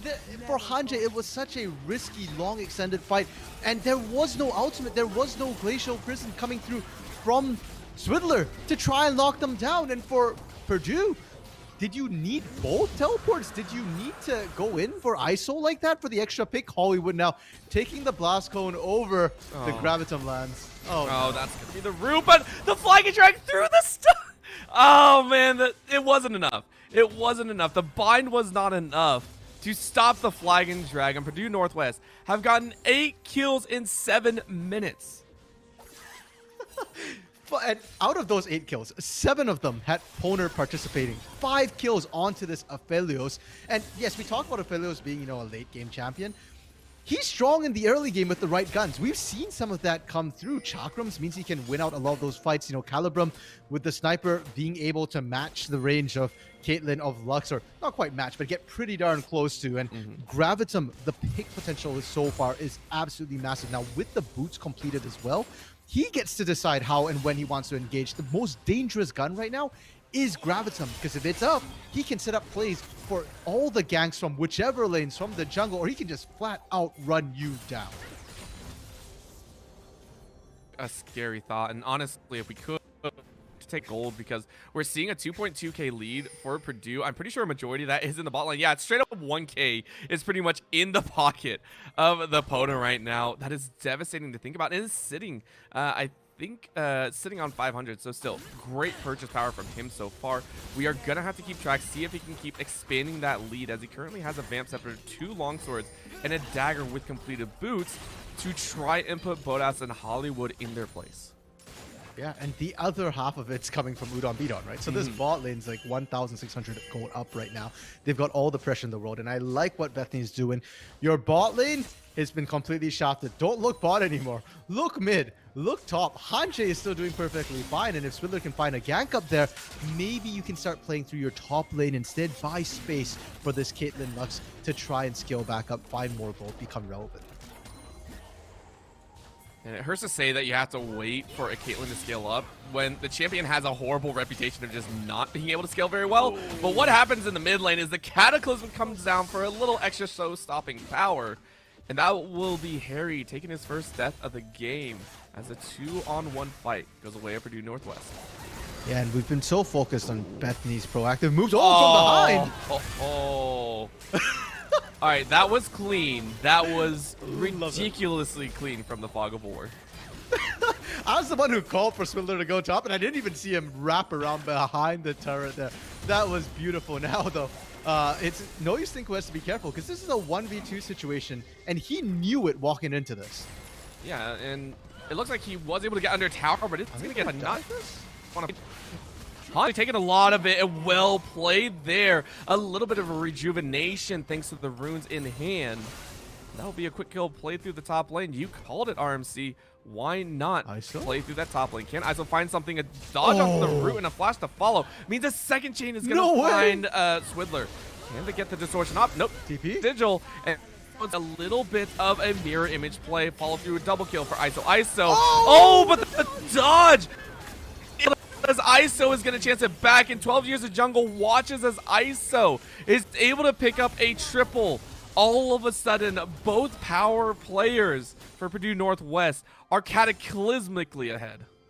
And once again, Orbital, every single play, it feels like, has been started by Bethany. But it's Purdue coming out ahead. Maybe not this one, but every other even the flash coming out at the... okay. That happened. It had to be respect. I'll give him this because Bodas, I think, had vision. It was the right call, right? Safety in staying alive right there. True. Ace in the hole was available there. And this is Bethany's one win right now, as they are going to be able to get this bot lane turret, potentially the first start of the game, and first break. And they sorely need it, because they've been the one making all the plays, but Purdue has been reading them like a book here in all their plays. And that's why Purdue's up ahead. Herald being dropped. It's a race. And Purdue actually win the first turret race. Yeah, it's unfortunate that Hollywood had to wait for a second wave, right? And that's just, it happens, right? You can't really fault anything. So again, Purdue Northwest feeling great about this early set of events. That 2K lead, or about 1.7, is now expanding a little bit further. I want to say it's now into 2.7, getting close to 3, depending on how the rest work. But that's going to be the cleanse coming out, as Swidler was looking for the ADC. Summoner Spell burnt, though, as the Poner now has to rely on skills and a little bit of positioning. ISO dodging out with the distortion over the wall into the Dragon Pit, dashing right back in, misses on the chain though. And that's gonna be a flash into the slicing Maelstrom. Purdue Northwest say, get out of our jungle. You do not have the authority to be here. A chakram to the back of the Lux's head means the Poner is freaking unstoppable. 6-0-2. Purdue Northwest are nothing to scoff at. Yeah, and ISO as well, 5-1-2, fully stacked Dark Seal as well on this LeBlanc Orbital. It's rough to call it like that, but you got to see at this point that Bethany, I don't see a way for them to proactively win this fight. They have to wait for Purdue to make some sort of mistakes. I respect that Bethany's still trying, but you're seeing what's happening here. Even when they get the picks, even when they get the right play, if it's anywhere near even, Purdue is just so far ahead in terms of levels. 2 levels up in the mid lane, half a level or 1 level up in the bot lane. Okay, never mind. That was really well played from Bethany. That wasn't a mistake on Purdue's part. So I guess there's still hope, but they need so many more of these picks to really come back in. Ooh, and Harry actually made a weird call. He is going to go for it. He wins it!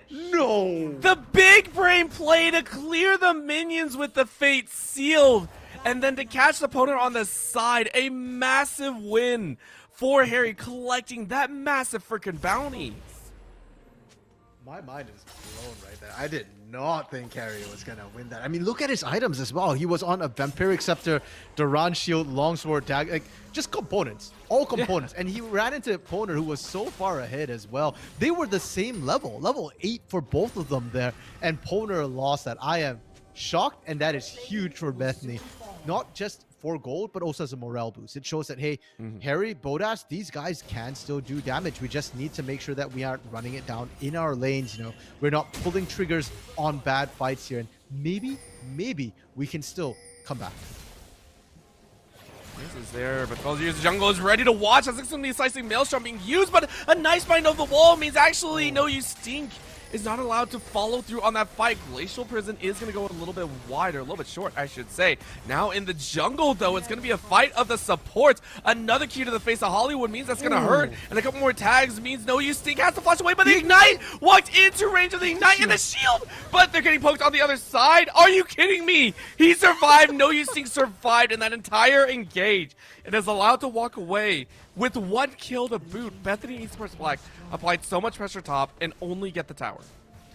I mean, I think the tower is a pretty good pickup for what they did manage to do. And it was a mechanical feast. The fact that Hollywood was on a sliver of health, so was No You Stink. Obviously, Purdue not happy that we're saying, you know, Bethany's mechanics were really on display in game 1. They're showing off their own mechanics here. This is not clean macro play we're seeing from both teams. It's not the slow choke out we expected from Purdue. It's not the scaling. This is them challenging with their own plays here, saying that if you're going to try and make these plays, we will mechanically outplay you instead. And now Harry might be in trouble as the rest of Purdue are setting up down here. The respect flash, or not the flash, I think that was the Fate Seal coming out just to put a little bit of a gap between the inevitable and possible death. So Harry is going to watch that bottom lane tower fall. That is going to be 2 towers to 2 here, as Purdue Northwest have one last one in mid. I think that one's also tagged down to about a 3rd HP here. We're going to see Bodas and Hollywood, though, continue to push this mid lane like you called it, right? Bethany Esports Black trying to allow this long-range duo to farm up and get back in the game. Yeah, and they are still very strong in these siege situations. Ooh, that's going to be the Rube, but again, they were out fast enough. And with Swidler on the backup, means that is going to be an ultimate expended on the opponent's side. Yeah, actually, Swidler didn't even have the Glacial Prison available. No, he stinks tanky enough. He should be fine. And more importantly, the damage dealers won't there now.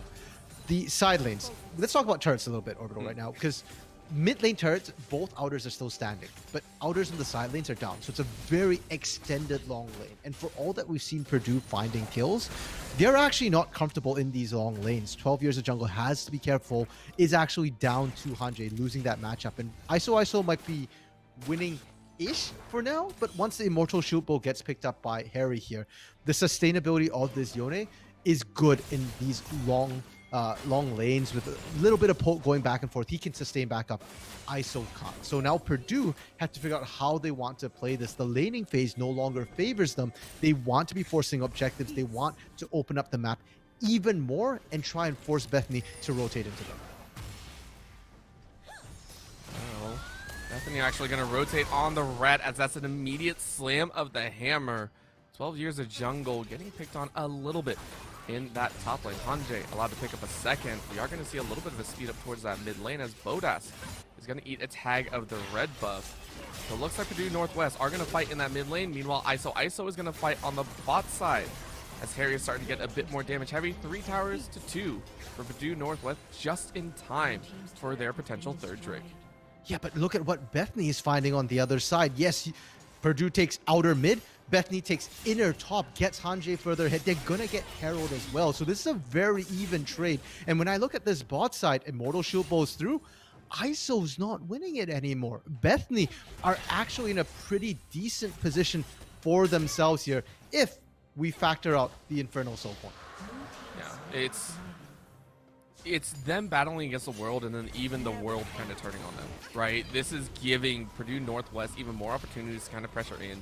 And that's why Bethany Esports Black, I feel like they were trying to force so hard in getting that top lane, right? When this occurs, you always have to try, when the other team is going for this dragon, so that dragon stacking, you have to play for something else, right? You have to get something back on the map. And for all that they've done a very good job of keeping that gold lead the same. It has been 2K pretty much a majority of the game because of the CS differentials, right? Hanjay has been farming up a freaking Storm in the top lane, 160 for him, and he took the 2 top towers. Like you said, now the mid lane is going to get caught out. That is going to be a chase. Again, all 5 members here in mid with ISO on a little bit of an edge.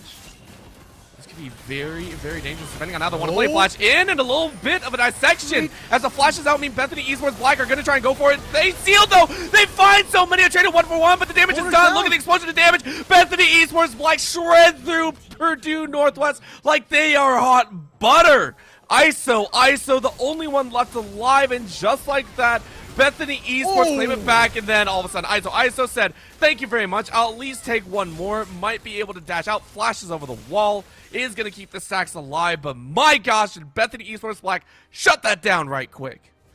Yeah, and I was just thinking, Orbital, when you're talking about the fact that Bethany 2K down for most of the game, they've held it close, that was what we saw in Game 1 from Purdue. And just like Purdue did in Game 1, out of nowhere, Bethany find a winning fight for themselves. And huge praise to Swidler there as well as Harry, because Swidler getting the Glacial Prison down onto 12 years was the critical factor in making sure that the big Wombo engage didn't come out from Purdue. If the stuns had landed, if the slicing motion had gotten in there, none of that would have happened. But because they did, Harry got to get into the backline and the dash into the Fate Seal to scoop everyone up.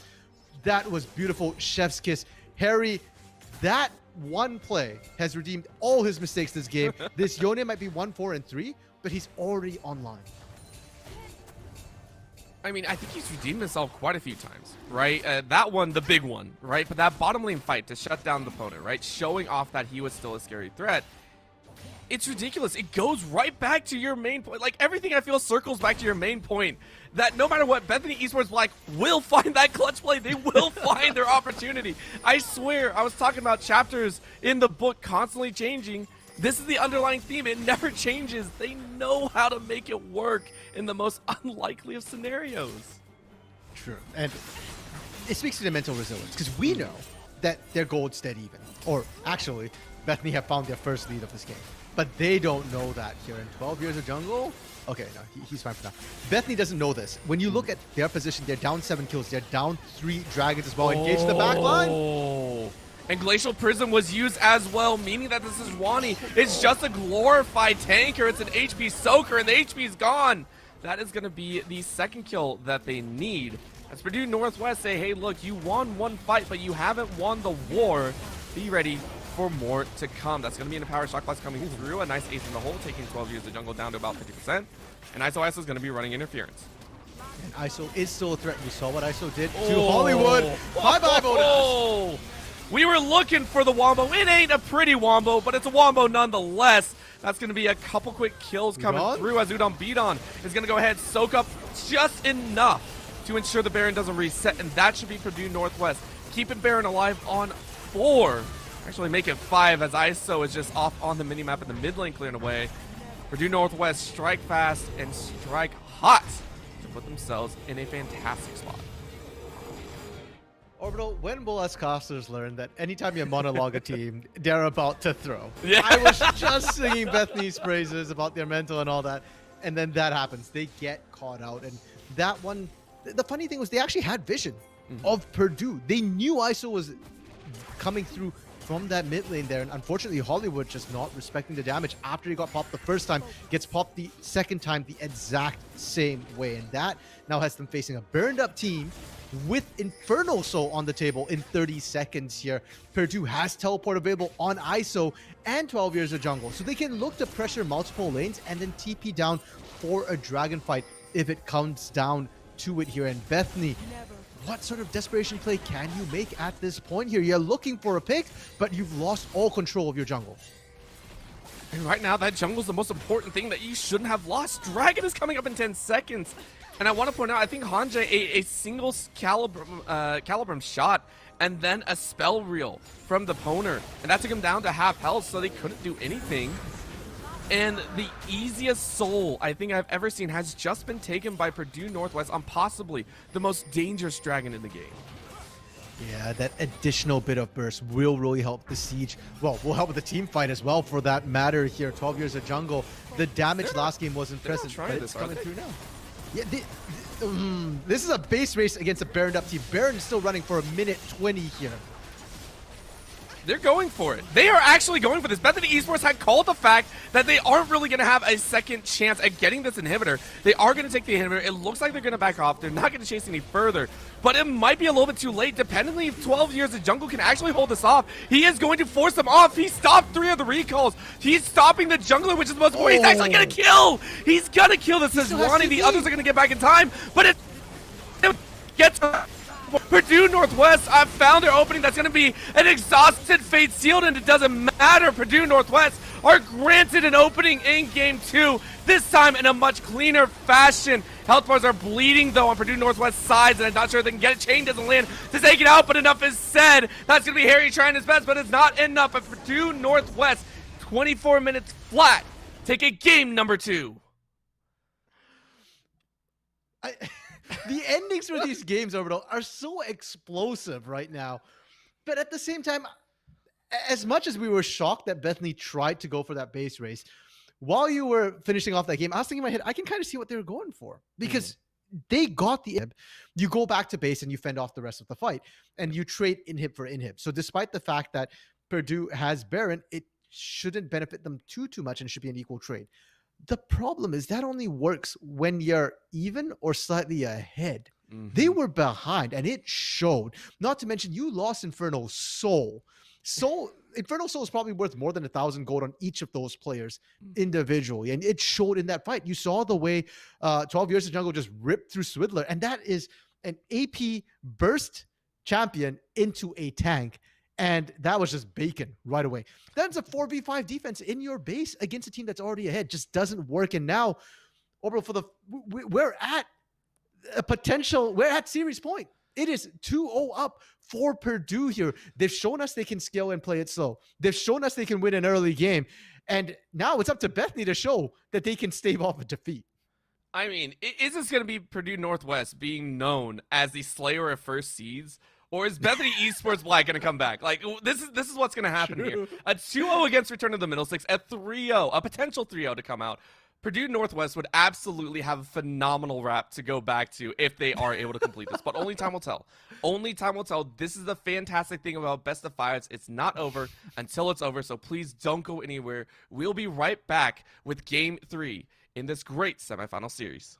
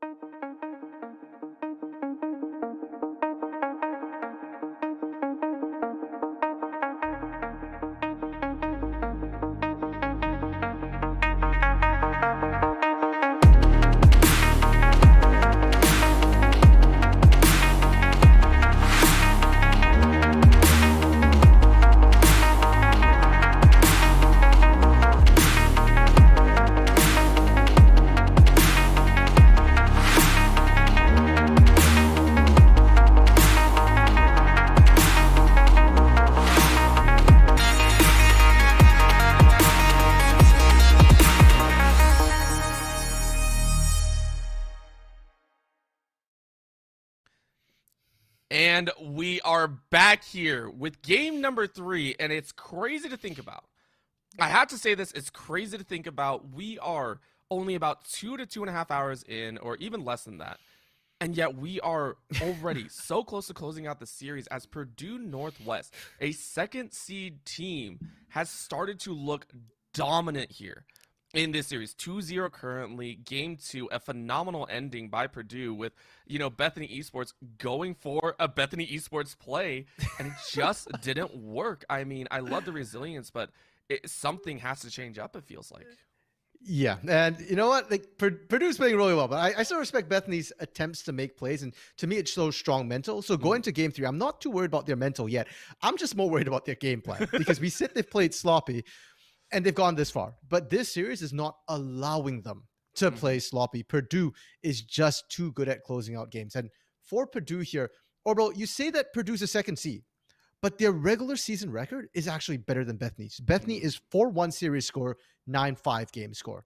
Purdue, 4-1 series score, 9-3 game score. So they actually have less losses, and it's showing. I'm also very impressed by the fact that we knew this team from the UML orbital. We cast them earlier at the beginning of this year, and they're in the minor leagues. Now they're in the advanced leagues semifinals, looking to threaten the grand finals here. And when we saw them in UML, this wasn't the same roster, or at least they weren't in the same positions. Poner was their mid laner at that point. Udon Bidon, their AD carry. Right now, this bot lane is working perfectly together. They dominated Game 2's 2v2 situation. No Use Think is the only person on their team who has been with them in that particular role from the beginning. And this jungle pickup right now, his J4 is looking incredibly dangerous. I believe that the teams are swapping back again, so it will be Purdue on the red side and Bethany on the blue side.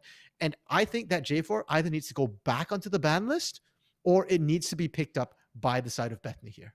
Yeah, I mean, I think we pointed it out in that game 2 draft. It was a shadow ban. It was banned away in game 1, and then it was shadow banned in game 2 by taking it away. Swidler was the one that probably wanted it in his own pocket. So to have his own champion used against him is kind of, I don't want to say a slap in the face, but it might be the wake-up call that's needed, right? Hey, we got to lock things down. We got to start playing that style that got us here to the semifinals in the first place. And I'm excited, right? Let's go to Bethany Esports. We got to talk about these guys. They still haven't shown us that clutch. We've seen little parts of it. It's still coming because I think there's even deeper champions that we have not seen yet. Still haven't seen the quadruple support. Probably won't come out again. But there's got to be something else, right? Where do you possibly see that craziness coming out? Like, where do we see it happen, RMC? I honestly don't. Well, maybe Rumble in the Jungle. Because all right. I know it sounds insane, but keep in mind, Swidler actually does play Rumble in the Jungle. It was his most played jungle. Even after the Rumble nerfs, he still played it here. Because I feel like for the bot lane right now, Bodas and Hollywood, for the first time this season, or at least for the first time I've seen them on stream, are being stifled. They're not going even. They're being beaten. And that actually shocks me because Hollywood has been amazing so far in this place. But what else can you look for on this bot side?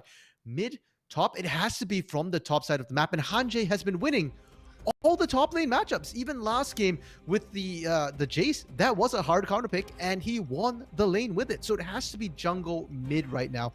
And we saw flashes of brilliance from Harry. The Yone on that team fight was amazing, but it wasn't enough. Wasn't enough, and we can see going in here into the pick and ban phase, into draft here. Bethany Esports, what could be their final draft of this series and the final draft of their playoff run. They're laying it all on the line here for the first ban. Of course, it has to be that silver. Still, great respect handed over to the Poner. I wouldn't even be surprised to see a double ADC ban thrown down there, as the Aurelia is still kept off of Bethany Esports side. Yeah, and if we think back to game 2, the bans for Bethany was Shinzao, Sivir, Yuumi. I think you leave the Shinzao through. Yes, it was a problem in game 1, but I think the J4 is a much bigger problem. And for the side of Purdue, I don't expect to see them ban the J4 in second. I think you leave it open, and Bethany then have to think, okay, do we ban the Jarvan ourselves? Or do we take the risk that, say, Graves gets left open, and then Purdue now gets the choice of either Graves or pardon me, Bethany gets Graves or J4, and they have to give the other over to the side of Purdue. Yeah, well, you know what? Still stagnant, still the same, still static. Mm-hmm. Is that Kindred? It will still not see the Yeah. light of day. And it's that respect. We even saw it, I think, in their previous match that we actually cast. It was still that Kindred just, Yeah. no, we don't want to deal with it. However, looking towards that top lane, a little bit of a shift, something that maybe we weren't expecting. But Bethany Esports have finally said it needs to be done. It was a Xin Zhao, it's a Sivir. They have now, if this is locked in, covered 3 specific lanes that they cannot deal with if these champions are online. Yeah, and I think it's the individual picks, right? The Kennen for the side here of 12 Years of Jungle, it hasn't won the lane.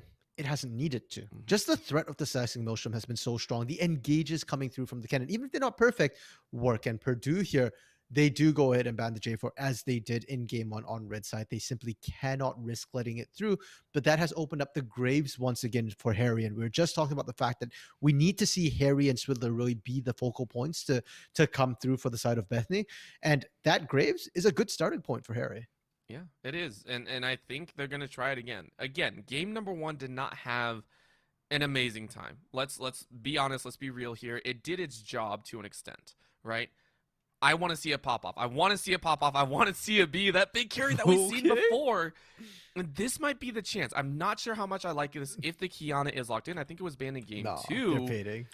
It has to be a little bit of a troll, because if you take a Kiana into Graves, you're going to have a bad time.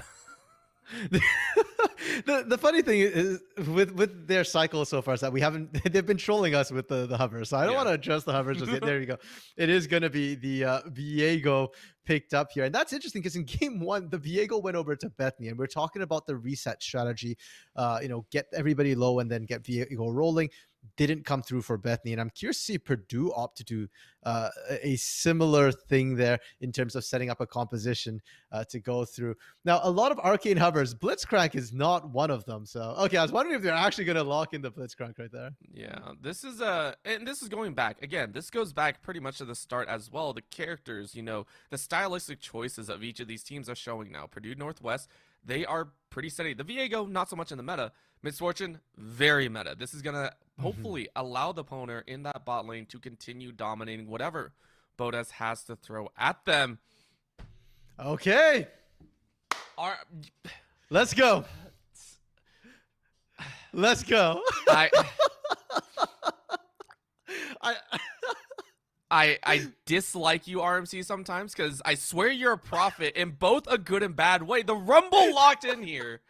Wherever that freaking Rumble goes, you better be able to analyze this thing to a T, because this is getting ridiculous. It goes jungle. It goes jungle. And I actually love the pickup here because it's not a blind Rumble exactly, because the Misfortune, the moment you see MF, right, you know what they want to do. They want to set up for the big team fight. Guess what? MF has to stand there to put the bullet time out, and you just lay out the red carpet. She burns. Yeah. And there's nothing she can do. Either she cancels the ultimate or she dies. You take it either way. And look at what Bethany have done. Game 1, I asked for more tank. They didn't really have more tank in game 2. Well, they had it from the jungle with the Sejuani, pardon me. So they did have more tank. I like it now in the top lane. They give it to Hanje, who can still do well with the Ornn. You've got the setup for the Rumble. And Bethany, they're going for simple. They're going for a team fight. And I love what we're seeing so far. They took both of our pieces of advice. Hey, get the engage and get the tank. And he was bet. Yeah. We will throw every piece of tank that we can into the mix.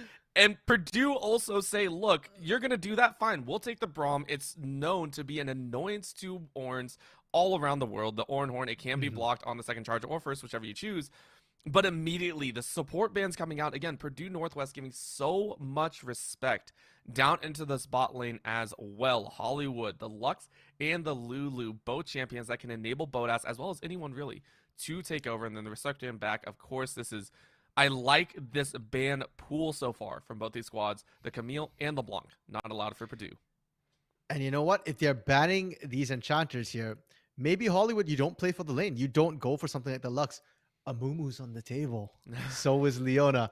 Braum can't stop those. It's not the easiest lane into a Braum, but it's great setup for this Rumble, for this Ornn to come through as well. And for the side of Purdue, they're looking for their solo laners. And this is a feisty answer to that Ornn here, because Fiora doesn't win early. Ornn will still beat a Fiora in the early couple of levels. But as the game goes on, Purdue are saying, okay, you know what? We're not going to all in on the team fight here. We're going with the split push threat, and your Ornn can't match my Fiora later. Your Graves can't answer my Fiora either. Well, this is also going to I be like 12 this. years of jungles. I want to say first aggressive top laner, right? A Fiora is going to be up there trying to duel out, or has to get in the face of people. You can't really hide as well as you maybe could have on the the Kennen. And now we're taking a look here. The bottom lane locked in. It is going to be Bodas and Hollywood running the Caitlyn Karma. Okay. A long range comp. I kind of like it, kind of don't. It's up there, but again, they're trying the same thing that they did in game 2. Yeah, and you know what? Bodas and Hollywood, they're still looking at this bot lane to be that clutch factor. So they're deciding we don't want to all in on that team fight too hard here. We still want to be able to win the bot lane. And given what happened in game 2, I understand, right? Like they got absolutely run over in game 2, and it just crumbled, right? The moment we started seeing the likes of Poner getting a hit on Aphelios, it was just kind of so difficult for them to play through. And the final counter pick to come through wasn't the Xerath. They're going with the Rise instead. The exact same matchup we saw in game 1. This is Isol's answer to the Graves. He says, we can win with this. And ultimately, they actually don't set up for the Misfortune as much. They're saying, okay, the Misfortune's strong enough in lane. You know, she can out when she outs. You know, they're going to want a team fight anyways. And you're on your own, Poner. We're not setting you up here. Instead, we're going to look for all the other damage. We're going to get them low, get the resets rolling from Viego. If Misfortune drops, don't worry. We've still got ISO on the rise. And throughout all of this, 12 years a jungler finally gets to play a winning matchup and gets to go for that split push instead of that team fight. Yeah. And I have to say, you know, we were talking about the more initiation choices, you know, for Bethany Esports. Even though there's initiation, it's I want to say actually still fairly lacking in hard CC, right? You have the Ornn lock-in and the damage, but Swiddler doesn't actually add a whole lot of CC, you know, lockdown. He's pretty much just pure damage. He runs at you, throws a couple harpoons, maybe has a red carpet. It's a slow. A majority of the champions on Purdue's side actually have ways out, so Beth we're still kind of in that same rut, I feel. Having maybe a difficult time getting that great combination off. Yeah, a little bit heavy on the damage, a little bit light on the CC, as you rightly called there, Orbital. And my biggest concern with these sort of big damage overload compositions is, can you finish off your damage? Because even then, most of their damage isn't exactly sustained. Yes, Caitlyn definitely is. Graves, kind of, but Graves has a lot of upfront burst as well. And I am worried because not only is the Ornhorn blocked by the Unbreakable, but collateral damage as well can be blocked by Unbreakable. So you don't necessarily get the full AoE execute effect on all the squishies there. That one single support pickup from the side of Purdue for Udon Bidon is going to have a lot of effectiveness. And the question now comes down to, well, as it has in all the games, execution. And this time I'm watching Udon Bidon because we've seen Bethany execute well. We've seen Purdue read them like a book as well. This time, even if you read them like a book, I'm not expecting to see super early ganks from the Rumble. Rumble does take time to scale up. And I think it comes down more to the team fights, the nitty gritty in the big 5v5s, 4v4s. Well, this is the composition that Bethany Esports Black have laid their entire hopes and dreams for the UAL's 2021 fall split. This is the combination that they say is going to get them back in this series. This is the lane selections that they have said are going to allow them to turn things around on its head. So we take a look here. Again, battle lines are drawn with a ward drop by No Use Stink. Is going to go back, of course, for that sweepers as a tried and true tail that we see junglers go for. We're going to have to see if it pans out again. Swiddler still taking a look, and the Rumble, the one that we love to see. I'm still going to point it out. You know me. I'm fascinated and hoping to see it take off. Yeah, I mean, it's a huge comfort pick. He knows exactly how to play the AD carries, being a little bit cheeky, but Poner takes more damage and uses more mana. For Bethany, though, this Rumble pickup and the way they've drafted do mean that they are playing themselves on a bit of a timer here, and they have to win early. I know I said Rumble doesn't gank particularly early, but the mid-game spike is where they're at. The Graves still does well early. The Ornn does well early. Your Caitlyn Karma should utterly dominate as well here. And if you hit that 20-25 minute mark and you're only even with Purdue, well, it's a callback to game 1 when that Rise skill, this Fiora, this Viego, all of them will skill up, and it's a ticking time bomb. The one thing I will say that Bethany Esports Black have going for them in terms of late game strength is going to be that ornament, right? The ornaments we haven't seen in quite some time still add quite a bit of extra damage, you know, extra utility in the pocket depending on what you upgrade, right? So it's a minor shining light if we do reach that late game stage where Hanji's level 18 beefing it up at 3.5k with like 300 armor in the back pocket. There's a chance that the late game, I think, could go Bethany Esports way. I don't know, bro. Sounds like a guttering candle here against the fury of Purdue Storm, because it's a really far open. Who are you? Yeah, it is. Carry that, right? Like ornaments, sure, like 1,000 gold each, but like Rumble is already capped out after about 3 items. Maybe Graves, maybe Caitlyn. I mean, the Caitlyn skilling still an opportunity, a chance, but it feels like it has to go like 40 minutes, 6 items style Caitlyn to really carry. That's it. It is Bodast, and I know I've said this before. I know it hasn't come through so far in this series, but the clutch factor from Bethany is strong. The clutch factor from Bodast specifically is strong. All right, listen. I gotta say, Hanji is gonna be one of the reasons that when you just say clutch factor, like, come on, man. Hey, we're gonna choose one of the. Bodast. All right, that's fair. Well, you know who's not going to be? It is gonna be Harry that goes down after that massive gank in the mid lane, and it's deja vu from game 1. ISO picks up a first blood. No use stink gets an assist.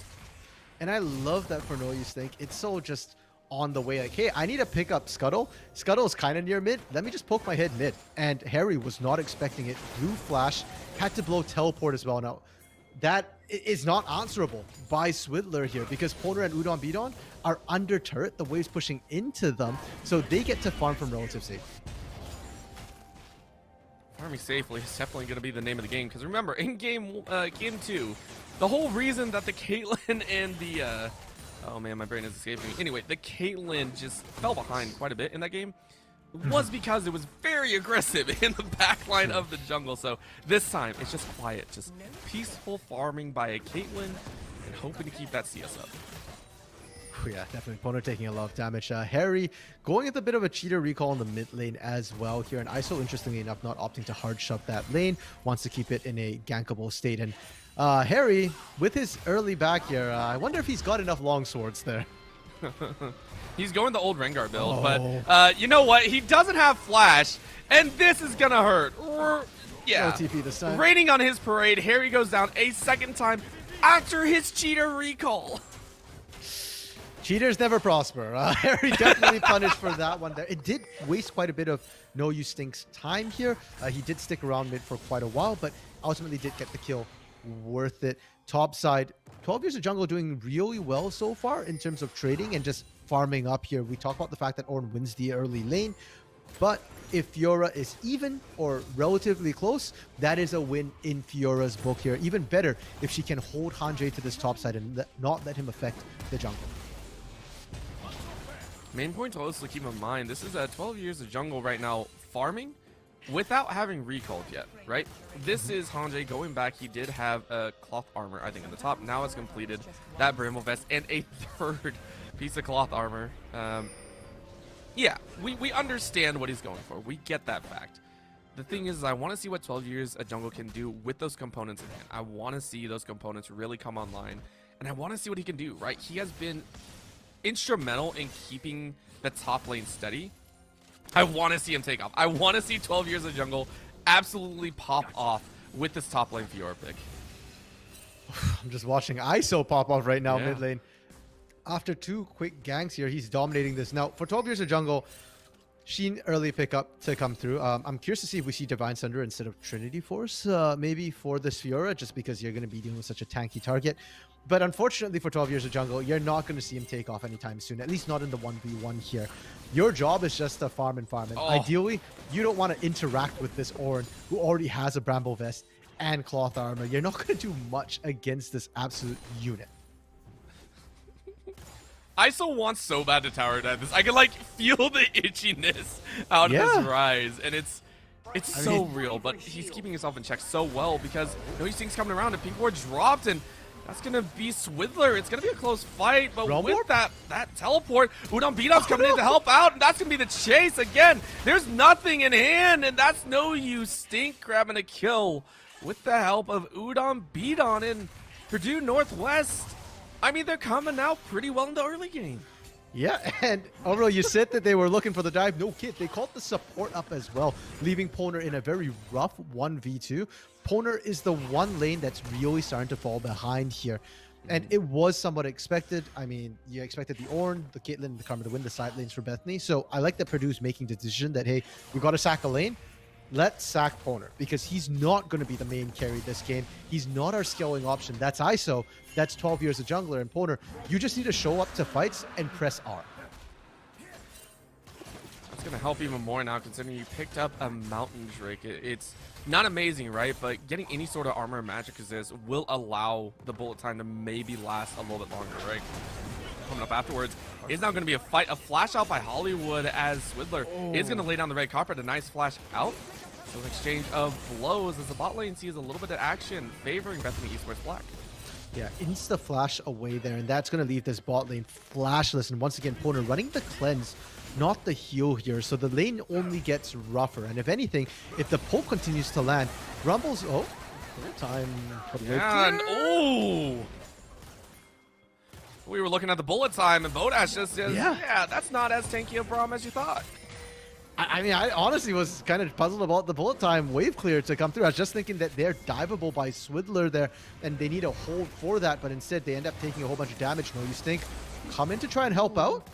Yeah, but the 90 caliber net was actually able to trade things up, and that's going to be a jump in. ISO. Hollywood is going to get a double nice heal off in the shield, but in comes ISO and is going to get the kill over as they do go ahead and try and take out Boda. But that's going to be the teleport. And all of this! Hanjay whipped it on the ulti charge, but it might be enough no matter what, as Bethany Esports are going to go ahead and take a loss. That's going to be a single death coming in with a save from Udon Beaton, but the damage has been done. Mid lane. Huge win for the side of Harry, and then on the top side, of course, 12 years of jungle, going to get a little bit of farm. Still, Bethany Esports Black coming out with a huge win on the bot side. Yeah, they didn't lose a single person. You saw how low Hollywood got? They thought Poner would be able to finish that, but Karma, with the shield, with the speed up, got away to safety, and so did Bodas. Now ISO teleporting in to his death there. That was a 1v1. Listen, we know ISO can get strong. We get that. I think everyone gets that. You still take time to get to that point. ISO walks in. Harry picks up a free kill. He is now CS advantage, has the Immortal Shield bow in his pocket. He's strong. Make no mistake, this Graves, the one that we wanted game 1 to pop off, is feeling like it might have a chance game 3. Yeah, overall, I don't know. It feels like right now whoever's making the proactive plays are suffering. Right? In game 2, Bethany made all the proactive plays. Didn't work out for them. Purdue now trying to make the proactive plays. Not working out for them as well. Now, I know you point out 12 Yosa Jungle did get some farm. That's nice. That is still good for them. And frankly, if ISO didn't just die in the mid lane, I think Purdue would have been okay. But as it stands, they are now down 1,000 gold from a winning position. They are going to be able to sneak away the Herald here, but I think Purdue need to calm down a little bit. And Bethany, this was your window of opportunity. You're strong now. I want to see more plays coming out of them. Ooh. Even though he did die, ISO is still taking these I want to say chunking patterns, I guess is the best way to put it. Weaving, you know, the Arise spells in and trying to get some help there. That does mean the bot lane is actually going to suffer as the Poner is now going to feel the wrath of a gank here behind their own lines, and Ace in the Hole is even being used. That should be an easy kill pickup. So that's the Esports win the bot lane, but are going to lose the top. And that was a response from Swidler because they saw No You Stink and Udon Beaton all the way topside. It's a good response, but it's still not necessarily a winning trade there. Yeah, you get a kill, but topside, they got the turret. They're going to get a second charge off. And is it revenge time onto Harry? I don't know. We're going to have to see because that's the red carpet used. And the win, Harry takes it home. And No You Stink is going to burn collateral damage to the back of the head, allows the Flame Spitter to take a second. Now we're going to get the call of the Forge God going down. A nice repose means a stun, but 12 years of jungle isn't allowed to continue fighting. He's going to go ahead and dash away. But the win mid is so big for the side of Bethany Esports Black. Yeah, and Orbital, we said we wanted to see Swindler and Harry pop off. They're popping off here. The constant pressure. Yes, ISO's winning the 1v1, but League is a 5-player game, and Swindler are making it a 2v1 constantly there. The flash from Harry as well was epic, because that was what saved him, allowed him to turn around and find the double kill, finding No You Stink as well. And Bethany, they're popping off like we wanted, but at the back of their minds, they have to remember they are still on a clock. A 1,500 lead is good, but they've lost with bigger, and their scaling is rougher this game than it was in game 1. Uh-oh. Uh-oh. Uh-oh. Udon beat on. Udon beat on. You're not going to enjoy this. What you are going to enjoy is the rest of the team coming in to save your butt. I honestly thought Udon beat on was in a bad spot. I'm not going to lie. Thankfully, the rest of the team realized that and went to help him. I think thankfully Bethany realized that as well. They were getting baited in, and the fact that Udon Bidon's walking up aggressively, posturing, I think was what really tipped them off. And Purdue, they get their second Drake of the game. I was wondering if we get Inferno or Cloud. We've seen both in terms of souls here. Thankfully for Bethany, it's not the threat of an early Inferno soul, and for them, stacking Cloud Drakes is actually beneficial. They are very out-dependent. We touch on the fact that their primary engage is for Hanjay, and it's mostly off that Call of the Forge God. Oh my gosh. Simple spells used, and the opponent is already down to about 50% HP, died. but that's going to be the catch. Hey, yo! Harry! It's rinse and repeat time. You know what? That's ISO's way of going. You keep bringing Swindler here. I'll bring more friends. Wait. Wasn't it ISO that started this whole shenanigan off with the 2 ganks in the mid lane? True. That is kind of true. So I guess, yeah, ISO's just bringing more buddies here. And it kind of works. But bot side, Bodas manages to get the turret. They're going to free push. And it feels like we're getting a bit of a race situation again between the two teams. It's not ended well for Bethany in most of their races. Hopefully this one does a little better. Oh, yeah, that's a nice. great pick, ISO. You're going to melt before you even can survive. That's going to be a jump in and a jump out. Wait, the knockup is there. It doesn't land, but Udon Beaton is still going to roast down. That's going to be a harpoon. Catching the back of Bard's, I want to say Brahm's head. That's going to be a trade of 1-for-1, though. 2-for-1 overall. And in they go. They're going to try and chance it, and they get the kill shut down by the opponent. But can they get out? That's going to be a jump out. No You Stink. It's going to be No You Surviving. He's going to be able to pull away from the fight. 2v2. What advantage over to Bethany Esports side, as that is a fully healthy bot lane going their way. And they continue the push there. 12 years, taking a lot of damage. Doesn't have enough mana, I don't think, to turn this one here either. And Bethany, they're pressing their advantages exactly as we had hoped, but that fight in the mid lane was not as clean as it should have been. A 2-for-2 when you have that many advantages isn't the best situation, and I feel like Bethany's getting a little bit sloppy with their fights because they're desperately trying to accelerate. They're willing to take sloppier fights if it means that after that they've got tempo advantage. They can push these starts, they can set up for the objectives. And one of the reasons, I just want to point this out because I feel it's one of the bigger champion shifts that we've had in this series so far is Hanjay in the top lane, right? Hanjay so far has played also very aggressive top laners, right? I think game 2 was actually a Jace, which is extremely aggressive.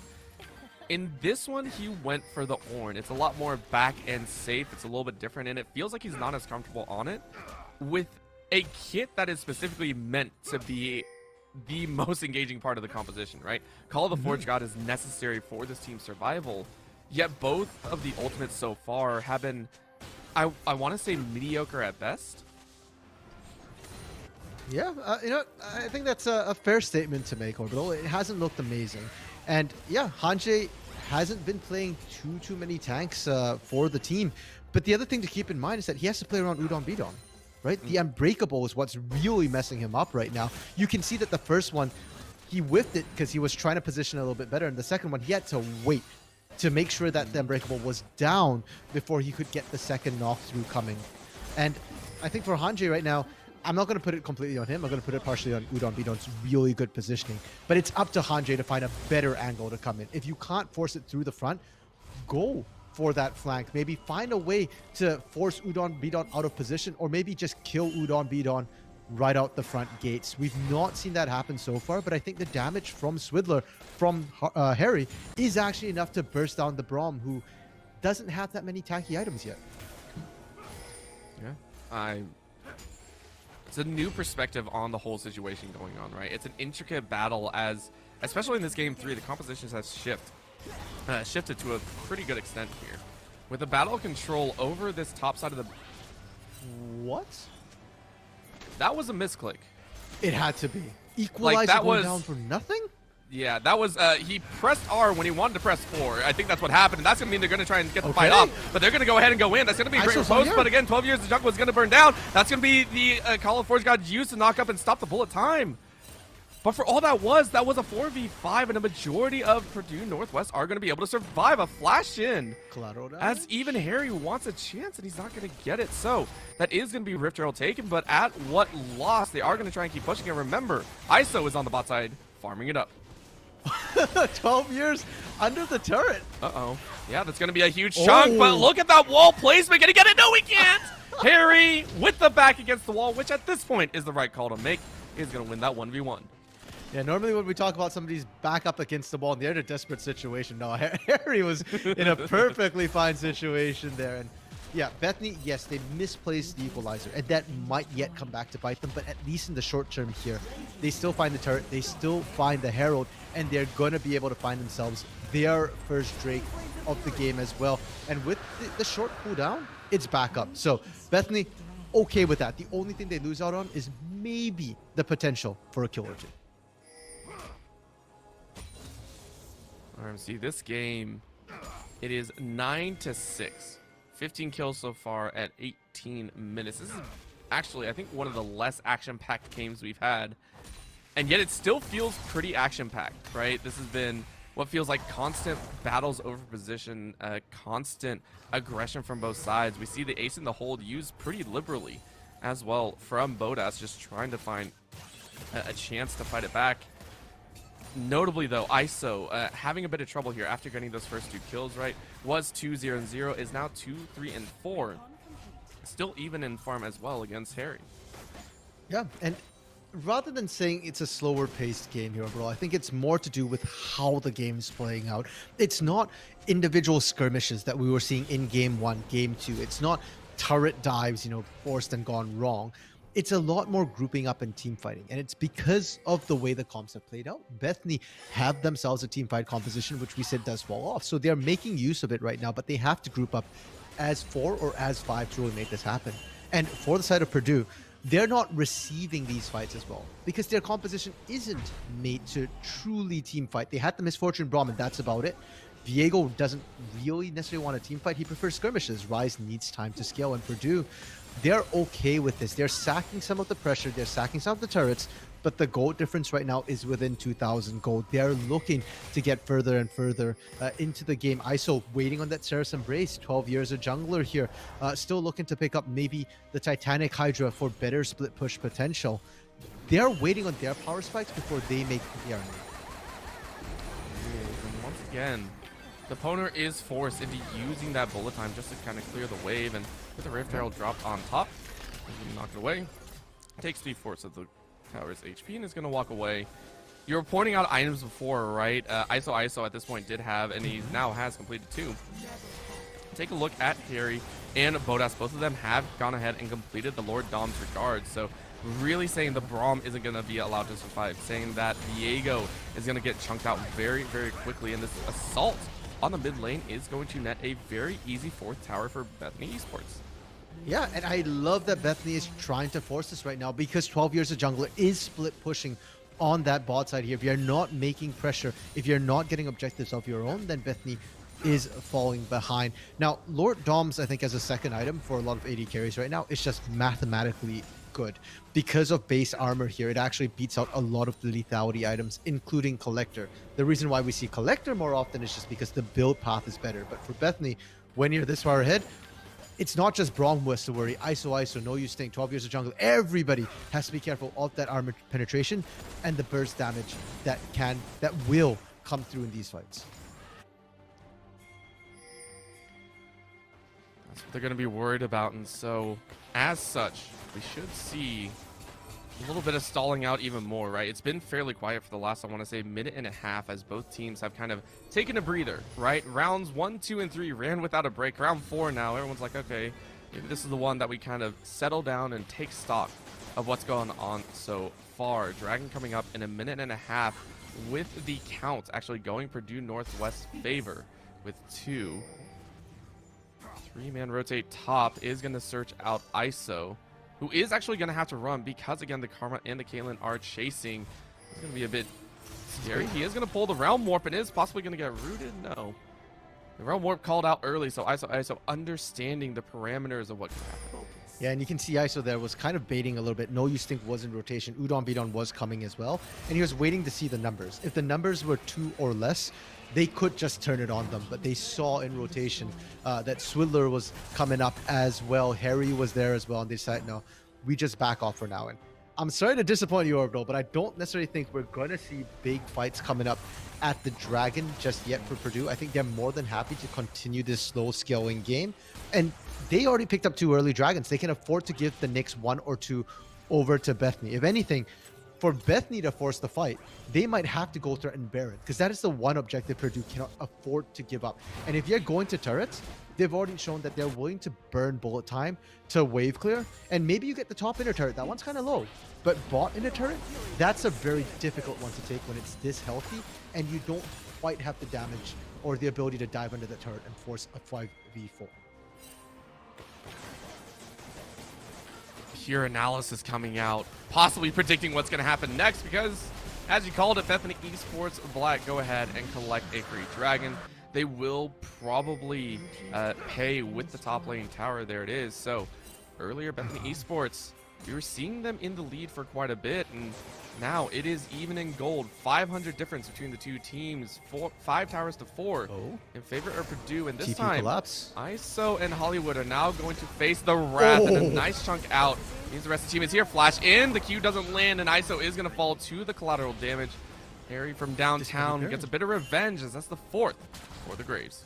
And this might be Baron potentially here. You trade the support's health for a kill on the mid laner. Yes, ISO has TP, but look at how quickly Baron's burning down.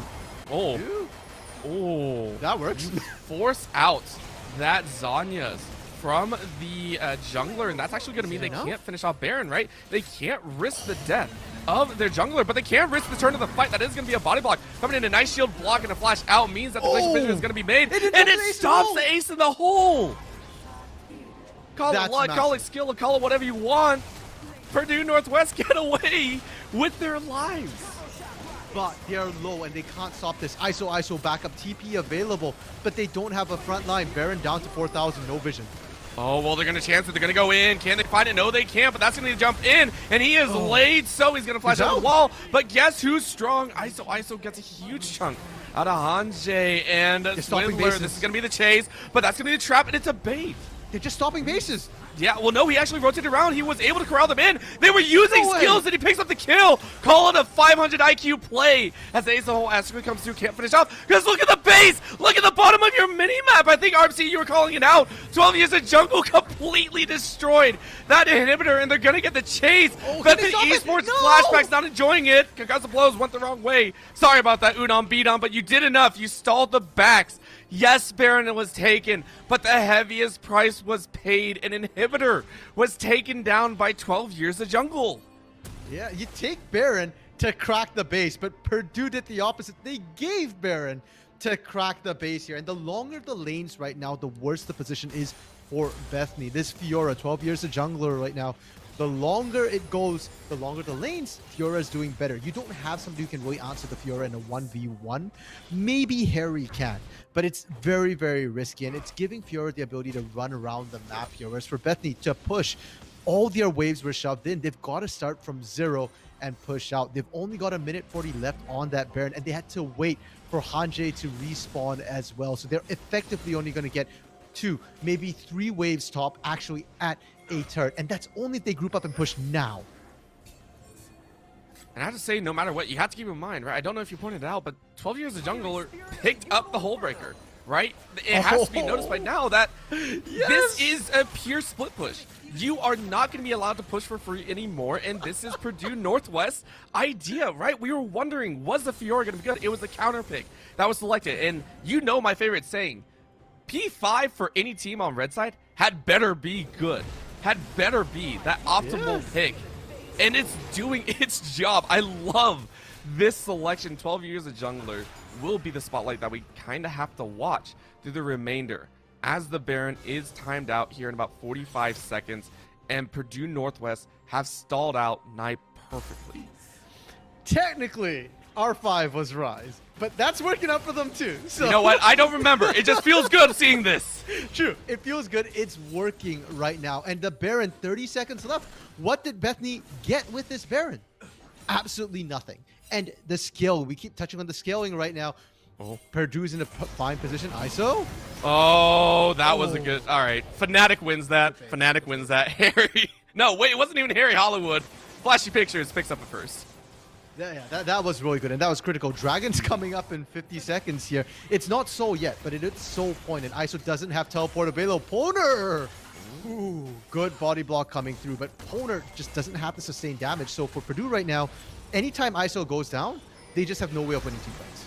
Oh, but the Poner, you got out already, and now you put your team into dire straits. No. That is going to be the stopwatch used, and that's a huge win for Bethany Esports. The clutch factor is coming back. It is here. Bethany Esports Black fine 2. They had one from the beginning, and this is going to be a hard push to try and end the game. 12 years of jungler now forced to come back and fight with the team. This is where Hullbreaker does not excel.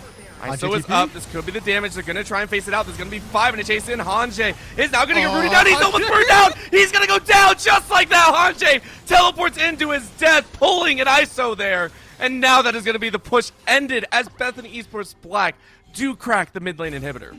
Yes, and that is critical. Yes, it happens after the Baron, but the important thing is cracking the base, getting your supers. Bot side though, double supers. 12 years of jungle has TP. Could look for the backdoor as Bethany is going for this Soul Point Dragon here. You know what? It doesn't feel to be the most impactful. But if that last chase taught us anything, it says that Bethany Esports Black, what we were waiting for, that chase, right? As soon as you see that misfortune mid, you drop the red carpet, you drop the equalizer, it works. The question is, what happens when the red carpet gets caught and the carrier goes down? It means that you now have a 5v4 for the next 45 seconds. And I love that Purdue caught it near the bot lane as well. They still have one more wave of supers. There's one super minion left, and they are walking it in here in a potential 4v4 because they're leaving 12 years of jungler to continue split pushing here. And if they can crack another inhib, it's important because the inhibs are desynced right now. Bot lane inhibs about to come back up, whereas Purdue's mid just went down. There is a difference. Nobody body blocked. They tried. They tried. Keyword tried. They did try to body block it. We saw it happen. It doesn't matter, right? Again, they just want to try and hold off as that tower. It takes a huge chunk of damage, but that is going to be multiples pushing in, but you have to be very, very careful. Are they going to get more in that bot side? Keep in mind, that Purdue do have to run away, right? Minions in their base. They were only able to push about a wave and a half, really. That's all they're going to get. That's going to be a hard channel out, but they're spotted out because they're on a pink ward. They're going to have to close out quickly. Baron up in about 30 seconds here. And it looks like they might actually have to burn and teleport. Yes, they do. That is Bethany Esports Black still pulling a huge opening as they get a Nexus tower. And I think this is the first time we've seen Purdue kind of make a mistake when it comes to these base races, it comes to this turret pressure game here. And it might be critical. Baron is spawning as we speak, and because Purdue overstayed bot, it's the TP in the bot side. 12 years of jungle looking for that back door a little bit. Open inhib. Yeah, it's an open inhib, and I think they're going to have to try and fight it. This is Udon Beat on running interference. This is straight up Purdue saying this is really our only opening. This is going to be the, oh my god, did they actually stop it all? They get everything. Are you kidding me? Just like that, Purdue make up for their past mistake. They get the inhibitor again, and they're not worried about Baron. Purdue Northwest are gifted a game evening play right back to them. Yeah, but 12 years of jungle out of mana here. Cannot afford to stick around. Bethany could collapse back. ISO has finally joined the team around Baron here, and this is their big stat check. Is Purdue's 4v4 strong enough? As 12 years of jungle, he's running rings. He's gonna try, but I think that was actually, he no, thought he actually had the tower breaker, and he didn't. He missed, he overestimated his damage. The split push is dead. there's no TP for Hanji, so it's still a 4v4 around Baron right now. 4,000, 3,000. Oh, look at the damage combo though, and the steal! Are you kidding me? No, Sneak does it twice in this series, and they're gonna get the collapse. This is Purdue Northwest. This is their power against first seeds. They all shall fall. No, Sneak is still chasing away. RMC, what the heck is going on? That, Orbital, was the stat check I wanted to see. Purdue is online. They win the 4v4. Yes, sure, you lost 12 years of jungle, but Hanji, no TP, was unable to join his team. And right there, you can see ISO shreds through everyone. And unfortunately, so Swidler, the Rumble's a good pick. The Rumble's strong, but he's squishy. He can't tank the Baron. And when he was left alone in the pit, he died. All right, this is only 4 members pushing in. I'm not sure if they want to complete this because health bars are coming out. Maybe they can take this tower, but again, they can't because the inner is still up. So they couldn't get much more except a couple waves. They thought they could end it, and you can even see it there. No, Stink wanted this game to end right there. This game is cutting it way too close for comfort. Yeah. Despite the fact that Purdue's stat check is online, they are stronger now in the straight up fight. It's still very risky. Either team, if they were to lose a fight, would lose the game. The base is open for both teams. Mid and Hib still down for Purdue, and they lost a Nexus turret. Bethany in similar straits as well. Their bot side inhib is down. They have both their Nexus turrets, but we've seen what a Fiora with Hullbreaker will do to that if left alone. We've seen Diego and Misfortune strip through those turrets as well. So now as Dragon is spawning, and this one is Soul for the side of Bethany, it's not about the Dragon, it's about the fight that will occur around Dragon. You can get the Soul, but if you die for it, you still lose the game.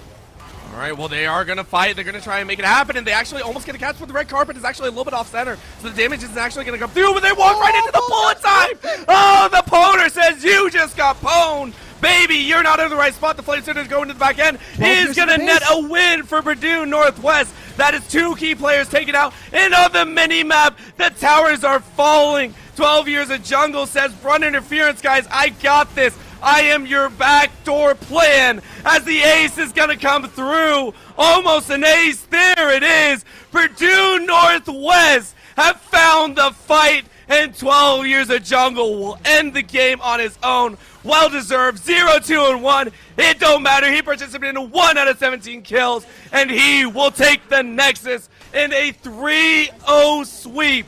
The second seed Purdue Northwest will take down Bethany Esports Black to move on to the finals.